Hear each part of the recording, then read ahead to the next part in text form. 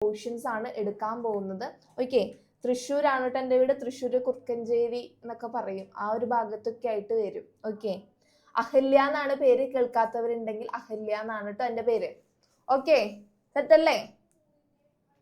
Yes. Okay, അപ്പൊ എന്തെങ്കിലും doubts ഉണ്ടെങ്കിൽ ചോദിക്കാം കേട്ടോ. നമ്മളപ്പോ പോർഷൻസ് നമ്മൾ അവിടെ നിന്ന് സ്റ്റാർട്ട് ചെയ്യാം.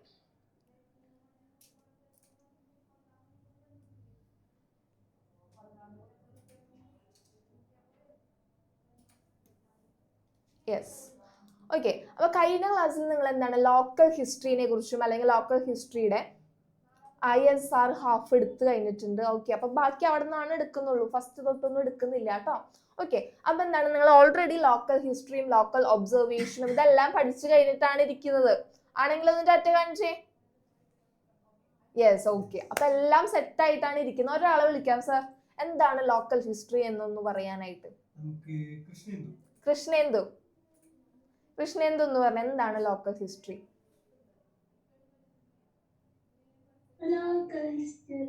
ആ, അതല്ലേ നമ്മൾ പഠിച്ചത്.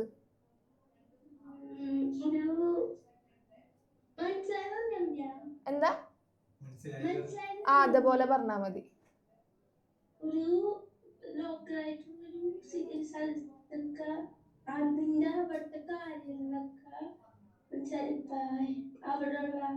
യെസ്. ഓക്കേടാ.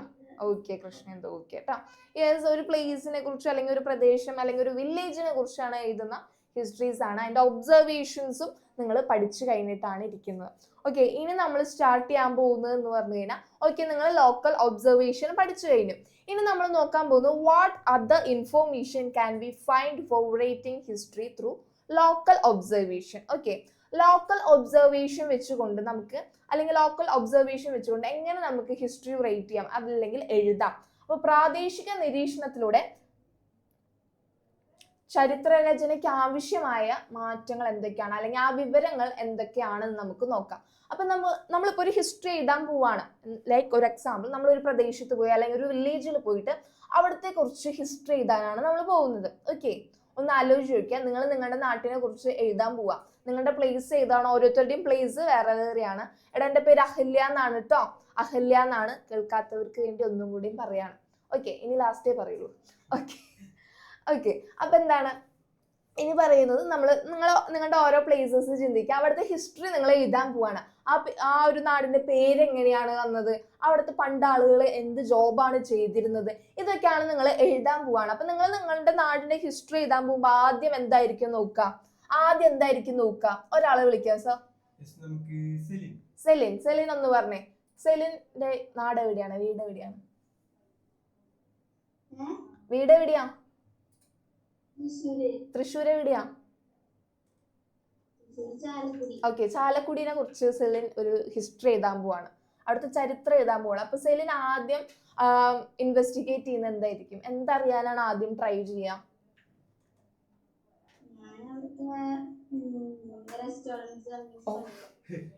അതൊന്നല്ല, എനിക്ക് ഫുഡാണ്. ഫുഡ് മുഖ്യം അല്ലേ? ഓക്കെ സെലിൻ. അപ്പൊ ഓക്കെ, അത് ഇവിടുന്ന് കണ്ടിട്ട് പറഞ്ഞതാണോ? ഫുഡിന്ന് റെസ്റ്റോറന്റ് അല്ല. ഓക്കെ മ്യൂട്ട് ചെയ്തോളൂ കേട്ടോ. ഓക്കെ, അപ്പൊ എന്താണ്, നമുക്ക് എങ്ങനെ ഹിസ്റ്ററി ആദ്യം നോക്കും, നമ്മൾ ആദ്യം ആ ഒരു പ്ലേസിന്റെ ഹിസ്റ്ററി എങ്ങനെയാണ് അതൊക്കെ നോക്കാം.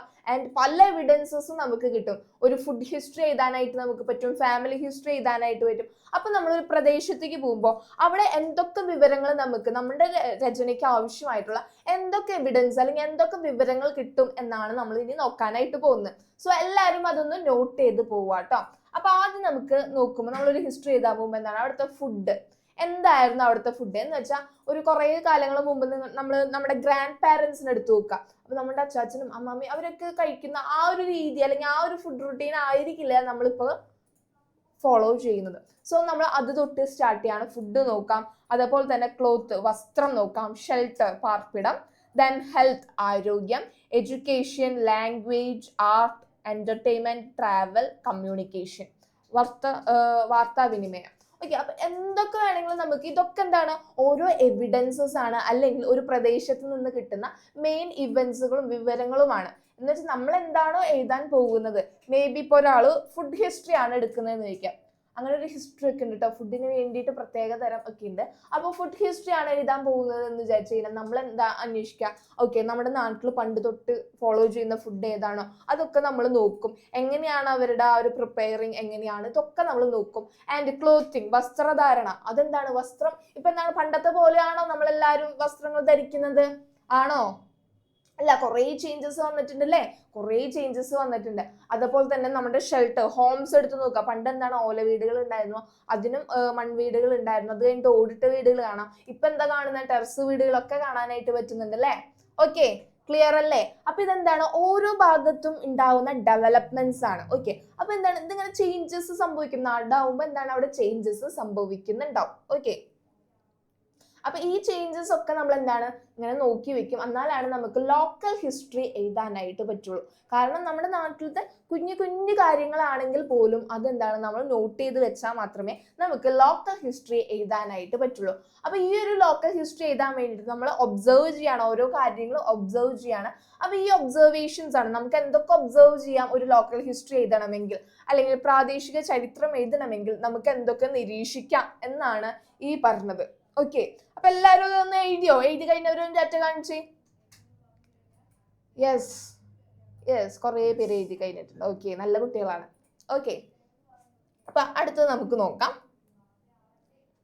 അടുത്തെന്ന് പറയുന്നത് explain memories, oral history. Oral history എന്താന്ന് ഒരു ചെറുതായിട്ട് ഞാൻ പറഞ്ഞു തരാം, എല്ലാവരും ഒന്ന് കേൾക്കാട്ടോ. ഓറൽ ഹിസ്റ്ററി എന്ന് പറഞ്ഞു കഴിഞ്ഞാൽ ഇപ്പൊ നമ്മുടെ ഗ്രാൻഡ് പാരൻസിനെ മനസ്സിൽ വിചാരിക്കുക. ഓക്കെ, അപ്പൊ അവരെന്താണ് പഴയ കഥകളൊക്കെ നമുക്ക് ഇങ്ങനെ പറഞ്ഞു തരും അല്ലെ, പണ്ട് ഈ നാട്ടിൽ ഇങ്ങനെയായിരുന്നു, അല്ലെങ്കിൽ ഞങ്ങൾ സ്കൂളിൽ പോയത് പുഴ കടന്നിട്ടാണ്, നടന്നിട്ടാണ്, കുറെ കിലോമീറ്റർ നടന്നിട്ടാണ്, അങ്ങനെയൊക്കെ പറയാറുണ്ടോ? Okay, yes, okay. അപ്പൊ അതൊക്കെ നമ്മൾ കേട്ടിട്ടുണ്ട്. അപ്പൊ ഇതെന്താണ്, ഇത് നമ്മൾ കേൾക്കാണല്ലേ, ഇങ്ങനെ പറഞ്ഞു കേട്ടിട്ടുള്ള ഒരു അറിവാണ് നമുക്കുള്ളത്. സോ ഇതാണ് ഓറൽ ഹിസ്റ്ററി എന്ന് പറയുന്നത്. ഓക്കെ, ഒരാളുടെ എക്സ്പീരിയൻസ് ഇങ്ങനെ പറഞ്ഞു തരും. ഓക്കെ, ആ എക്സ്പീരിയൻസ് പറഞ്ഞു തരും. ഇതെന്താണ് ഹിസ്റ്ററിയിലെ ഒരു എവിഡൻസ് ആണ്. ഓക്കെ, ഒരു എവിഡൻസ് ആണ്. കാരണം എല്ലാ കാര്യങ്ങളും നമുക്ക് ഇങ്ങനെ എഴുതി വെക്കാനും ഒരു ബുക്കിൽ ഇങ്ങനെ നോട്ട് ചെയ്ത് പോകാനൊന്നും പറ്റില്ല. ചില കാര്യങ്ങളൊക്കെ അവിടെയുള്ള ഇതുപോലെയുള്ള പ്രായമായവർക്ക് മാത്രമായിരിക്കും അറിയുന്നുണ്ടാവുക. അപ്പൊ അവരിങ്ങനെ പറഞ്ഞു പോകും. ഓറൽ ഹിസ്റ്ററിക്ക് പിന്നെയുള്ള ഒരു പ്രശ്നം അല്ലെങ്കിൽ ഒരു നെഗറ്റീവ് എന്ന് പറയുന്നത്, ഈ നമ്മൾ ഇങ്ങനെ കഥ പറയാണല്ലോ, ഒരാളത് കേട്ട് മറ്റൊരാളുടെ കയ്യിലേക്ക് ട്രാൻസ്ഫർ ചെയ്ത് പോവാണ്. അപ്പൊ അതിലേക്ക് എന്താണ് ചില കാര്യങ്ങളൊക്കെ വിട്ടു പോവാനും ചാൻസസ് ഉണ്ട്. ഓക്കെ, അപ്പൊ ഇതാണ് ഓറൽ ഹിസ്റ്ററി എന്ന് പറയുന്നത്. നമ്മുടെ അനുഭവങ്ങൾ, ഞാൻ നേരിട്ടറിഞ്ഞ ഒരു അനുഭവമാണ് ഞാൻ ഇങ്ങനെ പാസ് ചെയ്യുന്നത്. ഓക്കെ, അത് ജനറേഷൻ ബൈ ജനറേഷൻ ഇങ്ങനെ പാസ് ചെയ്ത് പോകും. ഓക്കെ, അതാണ് ഓറൽ ഹിസ്റ്ററി എന്ന് പറയുന്നത്. ഓക്കെ, അല്ലെങ്കിൽ വാമൊഴി എന്ന് പറയുന്നത്. ഓക്കെ, ഇപ്പൊ നിങ്ങൾ വടക്കൻ വീരഗാഥ, ഓക്കെ അല്ലേ ആ സിനിമയുടെ പേര്? യെസ്, വടക്കൻ വീരഗാഥ, അതൊക്കെ കണ്ടിട്ടുണ്ടോ? ചാൻസ് കുറവായിരിക്കും. ഇല്ല. ഓക്കെ, അങ്ങനെ പഴയ ഒരാളുണ്ട്, ആരാണത്? തുളസി കണ്ടിട്ടുണ്ട്. ഓക്കെ, അപ്പൊ അതൊക്കെ എന്താ, ആ ഒരു ഫിലിമൊക്കെ ഒരു ഓറൽ ഹിസ്റ്ററിയുടെ ഭാഗമായിട്ട് വരുന്ന കാര്യങ്ങളാണ്. ഇങ്ങനെ പറഞ്ഞു പോകുന്ന കഥകളിൽ ഒന്നായിരുന്നു. And oral history is the memories collected from a generation. Okay, collected from a generation that has direct experience. അവർക്കൊരു ഡയറക്റ്റ് എക്സ്പീരിയൻസ് ഉണ്ടായിരിക്കും, അതിൽ നിന്നാണ് നമ്മൾ അത് എടുക്കുന്നത്. നേരനുഭവങ്ങളുള്ള തലമുറയിൽ നിന്ന് സ്വീകരിക്കുന്ന മൊഴികളാണ് വാമൊഴി ചരിത്രങ്ങൾ എന്ന് പറയുന്നത്. ഫോർ എക്സാമ്പിൾ ഒന്നും കൂടി ഓർക്കാൻ വേണ്ടി പറയാണ്, ഇപ്പൊ ആരെങ്കിലും എന്താണ് ഇപ്പോ ഇൻഡിപെൻഡൻസ് ടൈമിലൊക്കെ അല്ലെങ്കിൽ ആ ഒരു യുദ്ധത്തിന്റെ ടൈമിലൊക്കെ ഉള്ള ആളുകൾ ഉണ്ടായിരുന്നു. അപ്പൊ അവരെന്താണ്, ഓക്കെ ഞാൻ ജനിച്ച അല്ലെങ്കിൽ ഞാൻ ഉള്ള ആ ഒരു ടൈമിനായിരുന്നു ഇവിടെ സ്വാതന്ത്ര്യത്തിന്റെ കുറെ കലാപങ്ങൾ നടന്നിട്ടുണ്ട്. അപ്പൊ അവരിങ്ങനെ പറഞ്ഞു പോകൂലേ, അപ്പോ ഇങ്ങനെയായിരുന്നു നാട്ടിൽ, ഇങ്ങനെയൊക്കെ ആയിരുന്നു അവസ്ഥ, ഇങ്ങനെയൊക്കെ പറഞ്ഞു പോകും. അപ്പൊ അതെന്താണ്, അവർ നേരിട്ട് കണ്ട എക്സ്പീരിയൻസ് ആണ് അവരിങ്ങനെ പറഞ്ഞു പോകുന്നത്. അതാണ് ഓറൽ ഹിസ്റ്ററി അല്ലെങ്കിൽ വാമൊഴി എന്ന് പറയുന്നത്. ഓക്കെ, ഓർമ്മകൾ എന്നൊക്കെ നിങ്ങൾക്കൊന്ന് ഓർത്ത് കഴിഞ്ഞാൽ ഈസി ആയിട്ട് കിട്ടും. ഓക്കെ, സെറ്റ് അല്ലേടാ? യെസ്, ഒരാൾ വിളിക്കാം സാർ. എന്താണ് ഓറൽ ഹിസ്റ്ററി എന്ന് പറയാൻ പറ്റുന്ന ഒരാൾ? ആരാ? ത്രിലോക് എന്ന് പറഞ്ഞേ, എന്താണ് ഓറൽ ഹിസ്റ്ററി?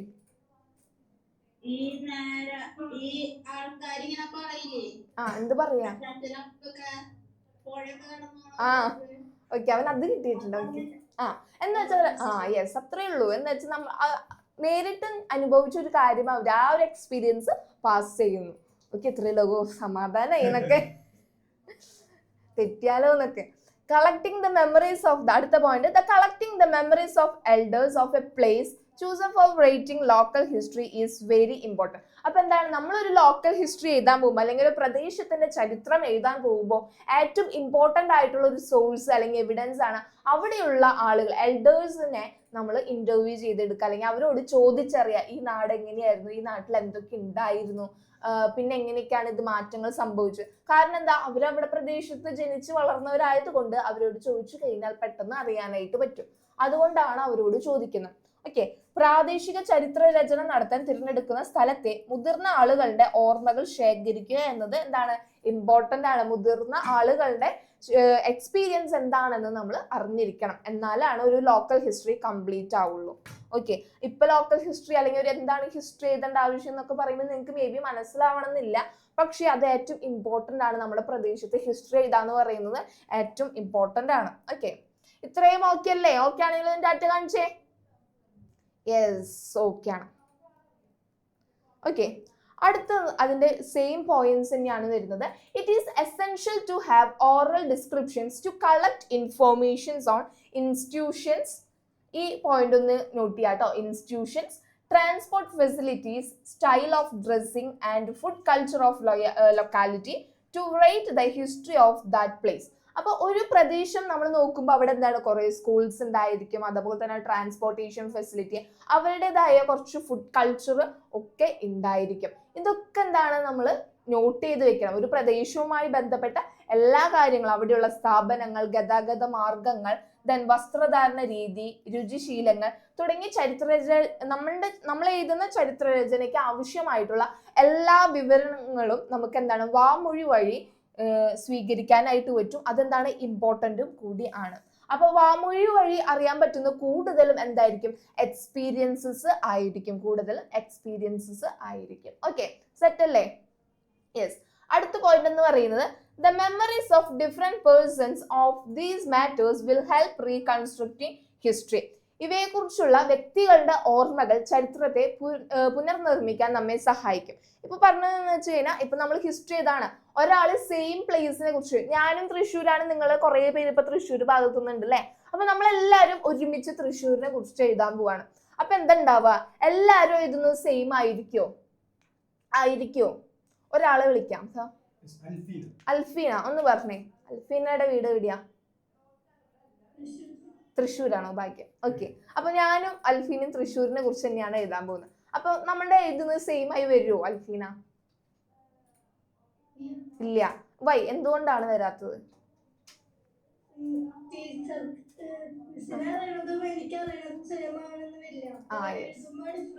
യെസ്, സോ അതാണ്. ഓക്കെ, അത് കറക്റ്റ് ആണ്. അപ്പൊ എന്താണ്, ഞാനും അൽഫീനെ അന്വേഷിക്കുന്ന കാര്യങ്ങൾ, അല്ലെങ്കിൽ ഞാനിപ്പോ പോകുന്ന ആളുകളുടെ അടുത്തേക്ക് ആയിരിക്കില്ല അൽഫീന പോകുന്നത്. അൽഫീന വേറെ പേഴ്സൺസിനെ ആയിരിക്കും അല്ലെങ്കിൽ ചോദിക്കുന്നുണ്ടാവുക, അവരുടെ എക്സ്പീരിയൻസ് ആയിരിക്കും ചോദിക്കുന്നുണ്ടാവുക. അതാണ്. കളിച്ചുകൊണ്ടിരിക്കുകയാണോ ആൻ കളിച്ചുകൊണ്ടിരിക്കുകയാണോ ഭാവിയും വെച്ചിട്ട്? നല്ല കുട്ടിയായിട്ടുണ്ട്. ഇവിടെ ഞാൻ ഇങ്ങനെ പറഞ്ഞുകൊണ്ടിരിക്കുക, അവിടെ ഇരുന്ന് കളിക്കുക. ഇവിടെ ശ്രദ്ധിക്കുക. എഴുതിയോ? യെസ്, എഴുതിയിട്ടുണ്ട്. ഓക്കെ, ശ്രദ്ധിച്ചിരിക്കാട്ടോ.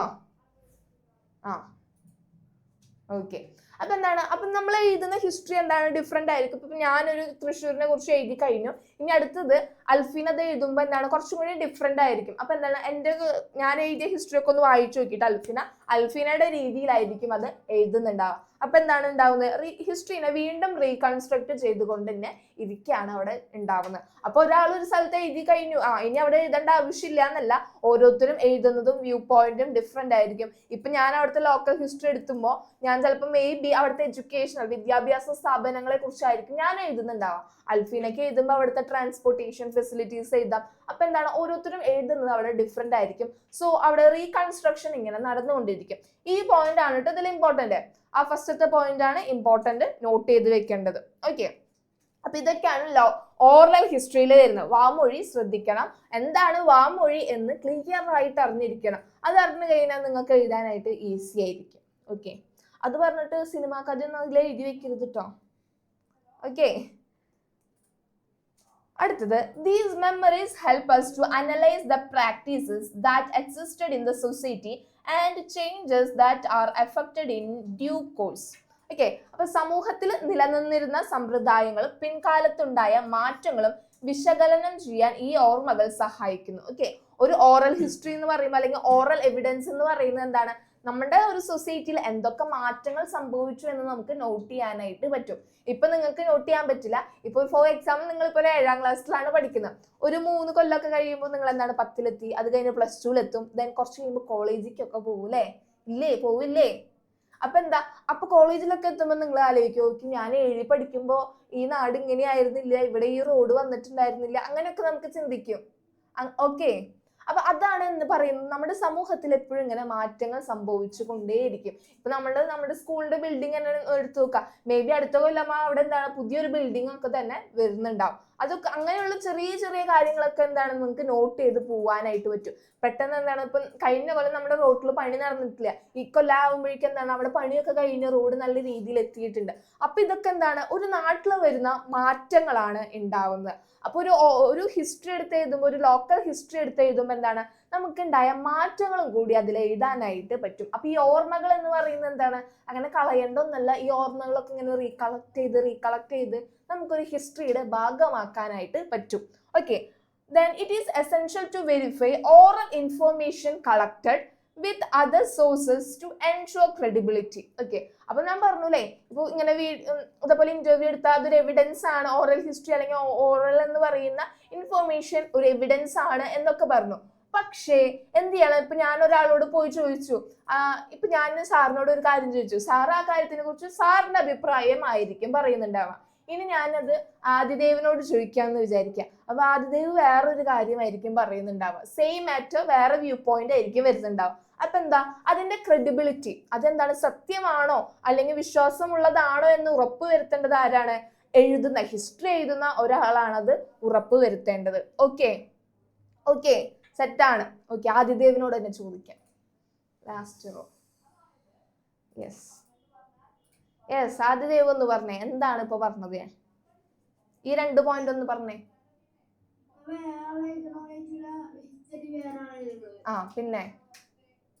പിന്നെന്താ പറഞ്ഞത്? അങ്ങനെയൊക്കെ തന്നെ. ആ ഫസ്റ്റത്തെ പോയിന്റ് ഒന്ന് നോക്കിയേ, ഇതെന്താണ് പറഞ്ഞത്? ഞാൻ ഒരു ഫസ്റ്റത്തെ പോയിന്റ് മുകളിൽ കാണുന്ന ആ ഒരു പോയിന്റ്. ഓക്കെ, അത് മറന്നുപോയാ? ഓക്കെ, സൊസൈറ്റി എന്താണ് ചേഞ്ച് ആയിക്കൊണ്ടിരിക്കും. അപ്പൊ ഓർമ്മകൾ എന്ന് പറയുന്നത് എന്താണ്, ഇമ്പോർട്ടന്റ് ആണ്. ഓക്കെ, അതാണ് ഇപ്പൊ നമ്മൾ പറഞ്ഞ 2 പോയിന്റ് എന്ന് പറയുന്നത്. അപ്പൊ സൊസൈറ്റി ഇങ്ങനെ ചേഞ്ച് ആവുമ്പോ എല്ലാ കാര്യങ്ങളും ഇങ്ങനെ എഴുതി പോവാൻ എന്നില്ല. അപ്പൊ നമ്മൾ എന്താണ് നമ്മുടെ ഓർമ്മകളിൽ നിന്നായിരിക്കും പറയുന്നുണ്ടാവുക, നമ്മുടെ നാട്ടിൽ അങ്ങനെ ഉണ്ടായിരുന്നു, ഇങ്ങനെ ഉണ്ടായിരുന്നു. ഓക്കെ, അപ്പൊ നമ്മുടെ ഗ്രാൻഡ് പാരന്റ്സിനോട് സംസാരിക്കുമ്പോ അങ്ങനെ കേട്ടിട്ടുണ്ടാവും, ഇല്ലേ? കേട്ടിട്ടില്ലേ? ഒന്ന് ടാറ്റ കാണിച്ച ആരെങ്കിലും അങ്ങനെ കേട്ടിട്ടുണ്ടെങ്കിൽ യെസ്, ഒരാളെ വിളിക്കാം സാർ. അവരെന്താണ് കേട്ടത്? വൈഷ്ണവി. ഓക്കെ, വൈഷ്ണവി എന്താണ് കേട്ടിട്ടുള്ളത്?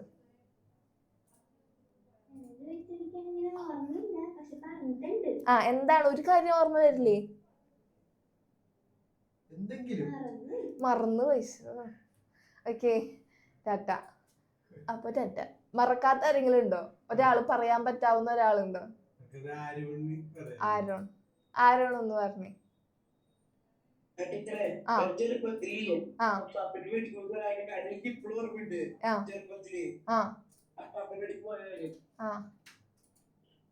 അതാണോ നിനക്ക് ഓർമ്മയുള്ള കാര്യം?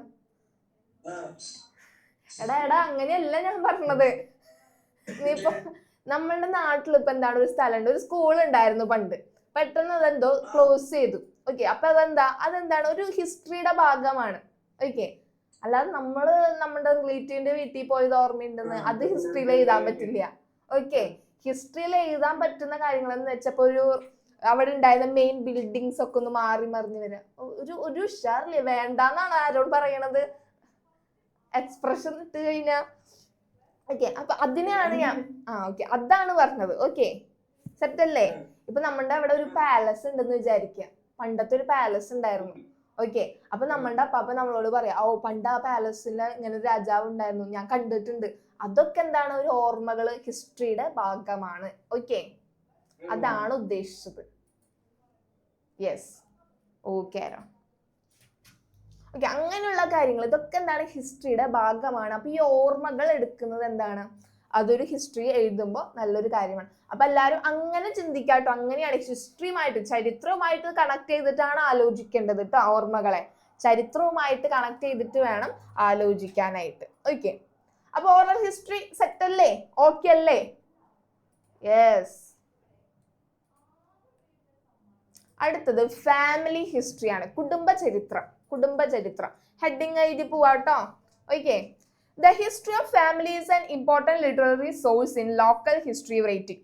അപ്പൊ കുടുംബചരിത്രം എഴുതുക എന്നുള്ളത് പ്രാദേശിക ചരിത്ര രചനയിലെ ഏറ്റവും ഇമ്പോർട്ടന്റ് ആയിട്ടുള്ള ഒരു സാഹിത്യ സ്രോതസ്സാണ്. ഓക്കെ, ഏറ്റവും ഇമ്പോർട്ടന്റ് ആയിട്ടുള്ള ഒരു ലിറ്റററി സോഴ്സ് ആണ്, അഥവാ മലയാളത്തിൽ സാഹിത്യ സ്രോതസ് എന്ന് പറയും. ഓക്കെ, ഫാമിലി ഹിസ്റ്ററി എന്ന് വെച്ച് കഴിഞ്ഞാൽ പണ്ടത്തെ ഫാമിലീസിനെ കുറിച്ച് എന്ന് വെച്ചാൽ കുറെ ഇല്ലങ്ങൾ എന്നൊക്കെ കേട്ടിട്ടുണ്ടോ? മനകൾ, ഇല്ലകൾ. ഓക്കെ, അങ്ങനെ കേട്ടിട്ടുണ്ടോ? മനകൾ എന്ന് കേട്ടിട്ടുണ്ടോ? ഏതെങ്കിലുമൊക്കെ സിനിമയിലൊക്കെ കണ്ടിട്ടുണ്ടാവൂലോ. യെസ്, ഉണ്ട്. ഓക്കെ, അപ്പൊ അതെന്താ? ആ ഫാമിലി എന്ന് പറയുന്നത് ജോയിന്റ് ഫാമിലി ആയിരിക്കും. അവിടുത്തെ ഒരു അത്യാവശ്യം ഒരു ലാൻഡ് ലോഡ്സോ അങ്ങനെ എന്തെങ്കിലും ഉള്ളവരായിരിക്കും ആ വലിയ മനകളിലൊക്കെ. എന്താണ് നിവേദ കുറെ എക്സ്പ്രഷൻ ഇടുന്നുണ്ടല്ലോ. നിവേദിത. യെസ്. ഓക്കെ, രസമുണ്ടായിരുന്നു. ഓക്കെ, അപ്പൊ എന്താണ് അതെന്താണ് ഈ മനകളൊക്കെ അങ്ങനെയുള്ള കാര്യങ്ങളൊക്കെ നമുക്ക് എന്താണ് ഹിസ്റ്ററിയുടെ ഭാഗമാക്കാനായിട്ട് പറ്റും. It is the responsibility of a local historian to collect information on the interventions or contributions made by individuals to the growth and progress of a village or region after ensuring the credibility of information. എന്ന് വെച്ചാൽ ഒരു ഗ്രാമത്തിന്റെയോ ഒരു പ്രദേശത്തിന്റെയോ, okay, ഇപ്പൊ ഒരു village എടുക്കുകയാണെന്ന് വിചാരിക്കുക. ഒരു village എടുത്തു, ആ വില്ലേജിൽ ഒരു ഇമ്പോർട്ടന്റ് പേഴ്സൺ ഉണ്ടായിരുന്നു. ഓക്കെ, അദ്ദേഹം കാരണം അവിടെ കുറച്ച് കോൺട്രിബ്യൂഷൻസ് അദ്ദേഹം കൊടുത്തിട്ടുണ്ടായിരുന്നു. നല്ലൊരു റോഡ് വരാനും സ്കൂൾ വരാനും അദ്ദേഹം ഈ ഒരു പേഴ്സൺ കുറെ കോൺട്രിബ്യൂഷൻസ് കൊടുത്തിട്ടുണ്ട്. ഓക്കെ, അപ്പൊ എന്താ നമുക്ക് ആ ഒരു പേഴ്സണിനെ കുറിച്ച് പഠിക്കണം. ആ പേഴ്സണെ കുറിച്ച് പഠിക്കുമ്പോൾ നമ്മൾ എന്ത് നോക്കും? അയാൾ എപ്പോഴാണ് ജനിച്ചത്, അദ്ദേഹം ഏത് ഫാമിലിയിലാണ് ജനിച്ചത്, ഇതൊക്കെ എന്താണെന്ന് നമ്മൾ നോട്ട് ചെയ്ത് പോകൂലേ. അപ്പൊ അതാണ് പറയുന്നത്, ഒരു ഗ്രാമത്തിന്റെയോ പ്രദേശത്തിന്റെയോ വളർച്ചയിൽ വ്യക്തികൾ നടത്തിയ ഇടപെടലുകളും അതുപോലെ തന്നെ സംഭാവനകളും വസ്തുനിഷ്ഠത ഉറപ്പാക്കി ശേഖരിക്കുക എന്നത് പ്രാദേശിക ചരിത്രാന്വേഷകന്റെ കടമയാണ്. ഓക്കെ, അപ്പൊ ഫാമിലി ഹിസ്റ്ററി വരുമ്പോൾ നമ്മൾ എന്താണ് ഒരു ഫാമിലിനെ കുറിച്ച് അറിയണം. കാരണം പണ്ടത്തെ അല്ലെങ്കിൽ ഒരു പണ്ട് കാലങ്ങളിൽ എങ്ങനെയായിരുന്നു ഫാമിലി എന്ന് പറയുന്നത്? ഒരു ജോയിന്റ് ഫാമിലി ആയിരുന്നു, കുറെ പേരുണ്ടായിരുന്നു അല്ലെ. ഒരു ഫാമിലി എന്ന് പറയുമ്പോൾ കുറെ മെമ്പേഴ്സ് ഉണ്ട്. നമ്മൾ ഇപ്പൊ എന്ന് പറയുമ്പോൾ എന്താണ് കുറച്ചും കൂടി ന്യൂക്ലിയർ ആണ്, ചെറു കുടുംബമാണ് അല്ലെ വരുന്നത്. എന്ന് വെച്ചാൽ അച്ഛൻ അമ്മ 2 കുട്ടികൾ ഉണ്ടെങ്കിൽ അത്രയാണ് ഒരു ഫാമിലിയിൽ വരുന്നത്. അല്ലെങ്കിൽ നമ്മുടെ ഗ്രാൻഡ് പാരന്റ്സ് ഉണ്ടെങ്കിൽ അതും ഓക്കെ. പക്ഷെ പണ്ടെന്ന് പറയുമ്പോൾ എന്താണ് ഒരു വലിയ ഫാമിലി, ഒരു ഫാമിലിയിൽ തന്നെ 10-20 പേരൊക്കെ വരുന്ന ഒരു ഫാമിലി ആയിട്ടായിരുന്നു ഉണ്ടായിരുന്നത്. സോ ഫാമിലി ഹിസ്റ്ററി എന്ന് പറയുന്നത് ഇമ്പോർട്ടന്റ് ആണ്. അതോടൊപ്പം തന്നെ ഒരു വില്ലേജിലെ ഒരു ഇമ്പോർട്ടന്റ് പേഴ്സൺ എന്താണ് ഒരു സ്കൂൾസ് വരാനോ അല്ലെങ്കിൽ റോഡുകൾ വരാനോ എന്തൊക്കെ കോൺട്രിബ്യൂഷൻസ് അദ്ദേഹം കൊടുത്തിട്ടുണ്ടോ അപ്പൊ അദ്ദേഹത്തിനെ കുറിച്ച് അറിയേണ്ടതും ഇമ്പോർട്ടന്റ് ആണ്. കാരണം നമ്മുടെ നാട്ടിലേക്കാണല്ലോ ഇത്രയും കോൺട്രിബ്യൂഷൻസ് കൊടുത്തത്, അതുകൊണ്ട് അതും ഇമ്പോർട്ടന്റ് ആണ്. അപ്പൊ അദ്ദേഹത്തിനെ കുറിച്ച് പഠിക്കുമ്പോൾ അത് വിശ്വാസമുള്ളതാണോ, അതിന്റെ ക്രെഡിബിലിറ്റി നമ്മൾ നോക്കണം. എന്ന് വെച്ചാൽ വസ്തുനിഷ്ഠമായ കാര്യങ്ങൾ മാത്രമേ നമ്മൾ ചരിത്രത്തിൽ എഴുതാനായിട്ട് പാടുള്ളൂ, അല്ലാതെ കുറെ നുണകളൊന്നും എഴുതി വെക്കാനായിട്ട് പാടില്ല. ഓക്കെ, ഇത്രയും ഓക്കെ ആയോ? ക്ലിയർ ആയോ? ഡാറ്റ കാണിച്ചേ. യെസ്, സെറ്റാണ്. എല്ലാരും ഒന്ന് എഴുന്നേറ്റുന്നടാ. യെസ്, എല്ലാരും ഒന്ന് എഴുന്നേറ്റുന്നേ. എല്ലാരും ഒന്ന് എഴുന്നേറ്റിക്കാട്ടോ. വേഗം ആയിക്കോട്ടെ, എല്ലാരും എഴുന്നേറ്റ്. എല്ലാരും എഴുന്നേറ്റ് ഒന്ന് കൈകളൊക്കെ ഒന്ന് പൊന്തിച്ചേ. Okay, then hands down, hands up, hands down. ഒന്ന് ചാടി, എല്ലാരും അവിടെ നിന്നിട്ട് ഒന്ന് ചാടിയേ. ഒന്നും കൂടി. യെസ്, ഓക്കെ ഓക്കെടാ. ഓക്കെ, സെറ്റ് അല്ലേ? ഇരുന്നോട്ടോ, ഇരുന്നോ. എല്ലാവരും ഒന്ന് ഇരുന്നേ. ഓക്കെ, അപ്പൊ ഇനി നമ്മൾ നോക്കുന്ന ഫാമിലി ഹിസ്റ്ററി ഇപ്പൊ ഏകദേശം മനസ്സിലായിട്ടുണ്ടാവും. ചോദിക്കാം സാർ, ഫാമിലി ഹിസ്റ്ററി ഒന്ന് പറഞ്ഞേ. ആരോട് ചോദിക്കാം? ആയിഷ ഒന്ന് പറഞ്ഞ എന്താണ് ഫാമിലി ഹിസ്റ്ററി? കുടുംബ ചരിത്രം. കാണുന്നില്ലല്ലോ ആയിഷനെ. ഐഷ അൺമ്യൂട്ട് ചെയ്യോ? വേഗായിക്കോട്ടെ. പോയി വേറെ ആളെ വിളിക്കാം. ഫാത്തിമ. യെസ്, ഫാത്തിമ കാര്യമായിട്ട് എഴുതുന്നുണ്ട്. ഐഷ നാണം വന്നു. കുഴപ്പമില്ല, പറഞ്ഞോ എന്താണ് ഇപ്പൊ പറഞ്ഞ 2 പോയിന്റ്സ് ഒന്ന് പറഞ്ഞെന്ന് എനിക്ക്. ആ എന്താണ് ആ എന്താണ് ഇപ്പൊ പറഞ്ഞ 2 പോയിന്റ് ഒന്ന് പറഞ്ഞേ. കുടുംബത്തിലെ ചരിത്രങ്ങള് ഓക്കെ. എന്താണ് ഫാമിലി ഹിസ്റ്ററി എന്ന് പറയുന്നത് ഒരു ഇമ്പോർട്ടന്റ് സോഴ്സ് ആണെന്നാണ് നമ്മൾ ആദ്യം പറഞ്ഞത്. ഓക്കെ, അതേപോലെ നോട്ട് ചെയ്യുക, ഒരു ഇമ്പോർട്ടന്റ് ആയിട്ടുള്ള സാഹിത്യ സ്രോതസ് ആണ് ഫാമിലി ഹിസ്റ്ററി. അതാണ് ഫസ്റ്റ് പോയിന്റ്. സെക്കൻഡ് പോയിന്റ് പറഞ്ഞത് നമ്മൾ എന്താണ്, ഒരു വില്ലേജിലോ അല്ലെങ്കിൽ ആ ഒരു പ്രദേശത്തോ ഒരു ഇമ്പോർട്ടന്റ് പേഴ്സൺ ഉണ്ട്, അദ്ദേഹം വഴി കുറച്ച് കോൺട്രിബ്യൂഷൻസ് ആ വില്ലേജിൽ നൽകിയിട്ടുണ്ടെങ്കിൽ ആ പേഴ്സണെ കുറിച്ച് പഠിക്കുക എന്നുള്ളത് ഇമ്പോർട്ടന്റ് ആണ്. ഓക്കെ, ഇതാണ് രണ്ടാമത്തെ പോയിന്റ്. ഓക്കെ, ഒരു ഇമ്പോർട്ടന്റ് പേഴ്സൺ ഉണ്ടായിരിക്കും, ലൈക്ക് ഒരു പേഴ്സൺ ഉണ്ടായിരിക്കും, അദ്ദേഹം വഴി കുറെ ഡെവലപ്മെന്റ്സ് നമ്മുടെ നാട്ടിൽ സംഭവിച്ചിട്ടുണ്ടായിരിക്കും. ഓക്കെ, അപ്പൊ ഇതൊക്കെ നമ്മൾ എന്താ പൊളിറ്റിക്കൽ ലീഡേഴ്സ് എന്നൊക്കെ പറയില്ലേ, അതൊരു എക്സാമ്പിൾ ആയിട്ട് പറയാൻ പറ്റും. അല്ലെങ്കിൽ നമ്മുടെ അവിടുത്തെ ഗവൺമെന്റ് ഓഫീസേഴ്സ് ആയിക്കോട്ടെ, അങ്ങനെയുള്ളതൊക്കെ കുറച്ച് എക്സാമ്പിൾസ് ആണ്. അപ്പൊ ഇവരെന്താണ് കുറച്ച് കാര്യങ്ങൾ നമ്മുടെ നാടിന് വേണ്ടിയിട്ട് നല്ലതിന് വേണ്ടിയിട്ട് ചെയ്തത് കേട്ടോ, നല്ലതിന് വേണ്ടി ചെയ്തവരുണ്ട്. അപ്പൊ അതിനെ കുറിച്ച് നമ്മൾ പഠിക്കുക എന്നുള്ളത് എന്താണ്, ഇമ്പോർട്ടന്റ് ആണ്. ഓക്കെ, ഇതാണ് രണ്ടാമത്തെ പോയിന്റ് പറഞ്ഞത്. ഓക്കെ, ക്ലിയർ അല്ലേ? ഇത് എനിക്ക് തിരിച്ചു പറഞ്ഞു തരാം എന്നുള്ളവരൊന്ന് ഡാറ്റ കാണിച്ചേ. യെസ്, ഒരാൾ വിളിക്കാം. സിദ്ധാർത്ഥ്.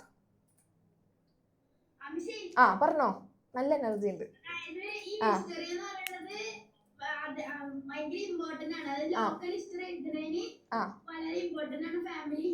Yes, okay. അതേപോലെ തന്നെ അവിടുത്തെ ഒരാള് എന്തെങ്കിലും ആ ഒരു പ്ലേസിന് വേണ്ടി നല്ലൊരു കാര്യമോ അതുപോലെ റോഡോ ബിൽഡിങ്ങോ ഹോസ്പിറ്റൽസ് സ്കൂൾസ് അങ്ങനെ കുറെ അധികം കോൺട്രിബ്യൂഷൻ വേണ്ടി അദ്ദേഹം ഫൈറ്റ് അങ്ങനെ ചെയ്തിട്ടുണ്ടെങ്കിൽ അദ്ദേഹത്തിന്റെ ഫാമിലി അതൊക്കെ നമ്മുടെ ലോക്കൽ ഹിസ്റ്ററിയിൽ കൂട്ടിച്ചേർക്കണം. ഓക്കെ, ഫാമിലി ഓക്കെ, നുണകളൊന്നും ചേർക്കാൻ പാടില്ല. ഫാമിലി അയാളുടെ ഫാമിലിനേക്കാളും നമ്മൾ കൂടുതൽ പറയാം അയാളെ കുറിച്ച് തന്നെയായിരിക്കും കേട്ടോ, ഒരു ഇൻഡിവിജ്വലിനെ കുറിച്ച് തന്നെയാണ് കൂടുതൽ അവിടെ പറയേണ്ടത്. അപ്പൊ അതിൽ ഒന്നെല്ലാവരും നോട്ട് ചെയ്യേണ്ട ഒരു കാര്യമാണ് ഈ ഒരു പോയിന്റ്, ലിറ്റററി സോഴ്സ് കേട്ടോ.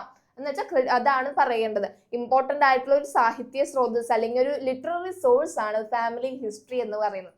സിദ്ധാർത്ഥ അടിപൊളിയായിട്ട് പറഞ്ഞു കേട്ടോ, സെറ്റാണ്, നല്ല എനർജി, അടിപൊളിയായിട്ട് പറഞ്ഞടാ. ഓക്കെ ഓക്കെ, അപ്പൊ നമുക്ക് അടുത്തത് നോക്കാം.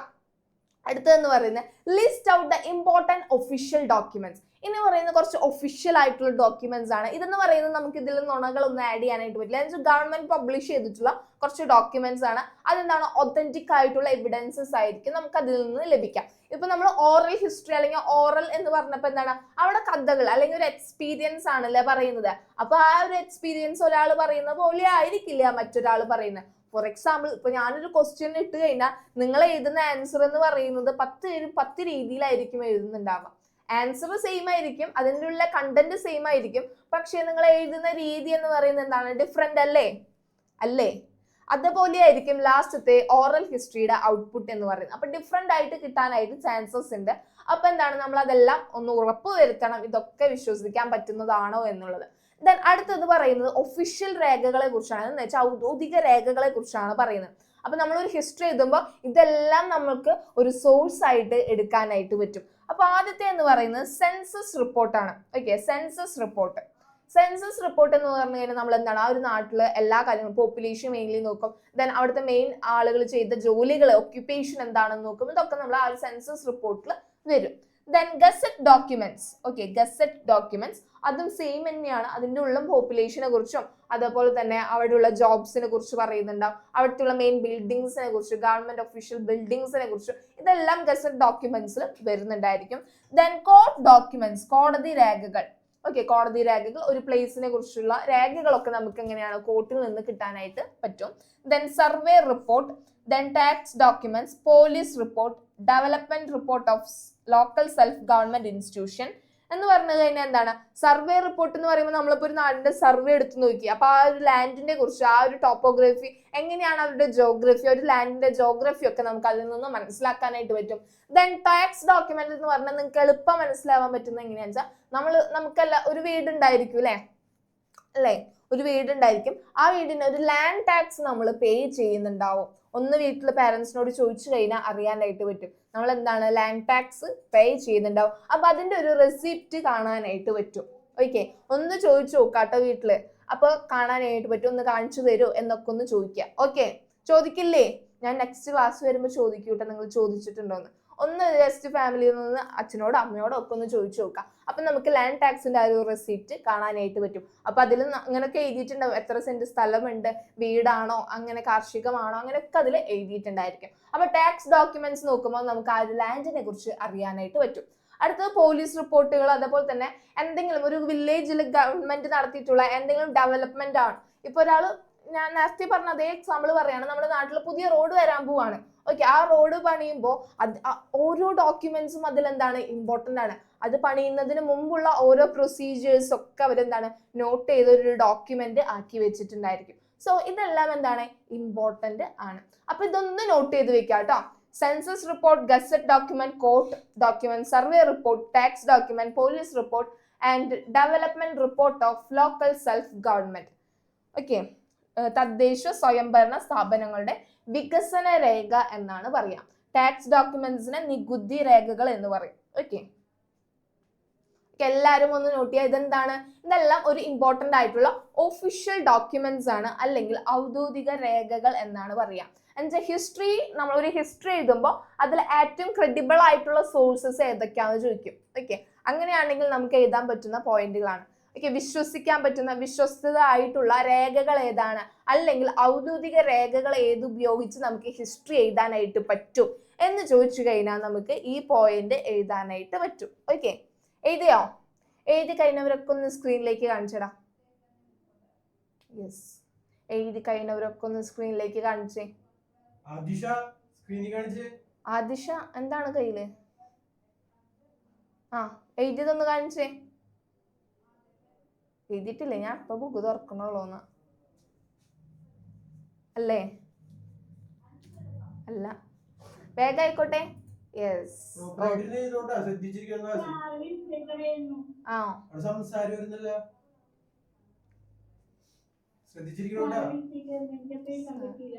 Okay okay okay.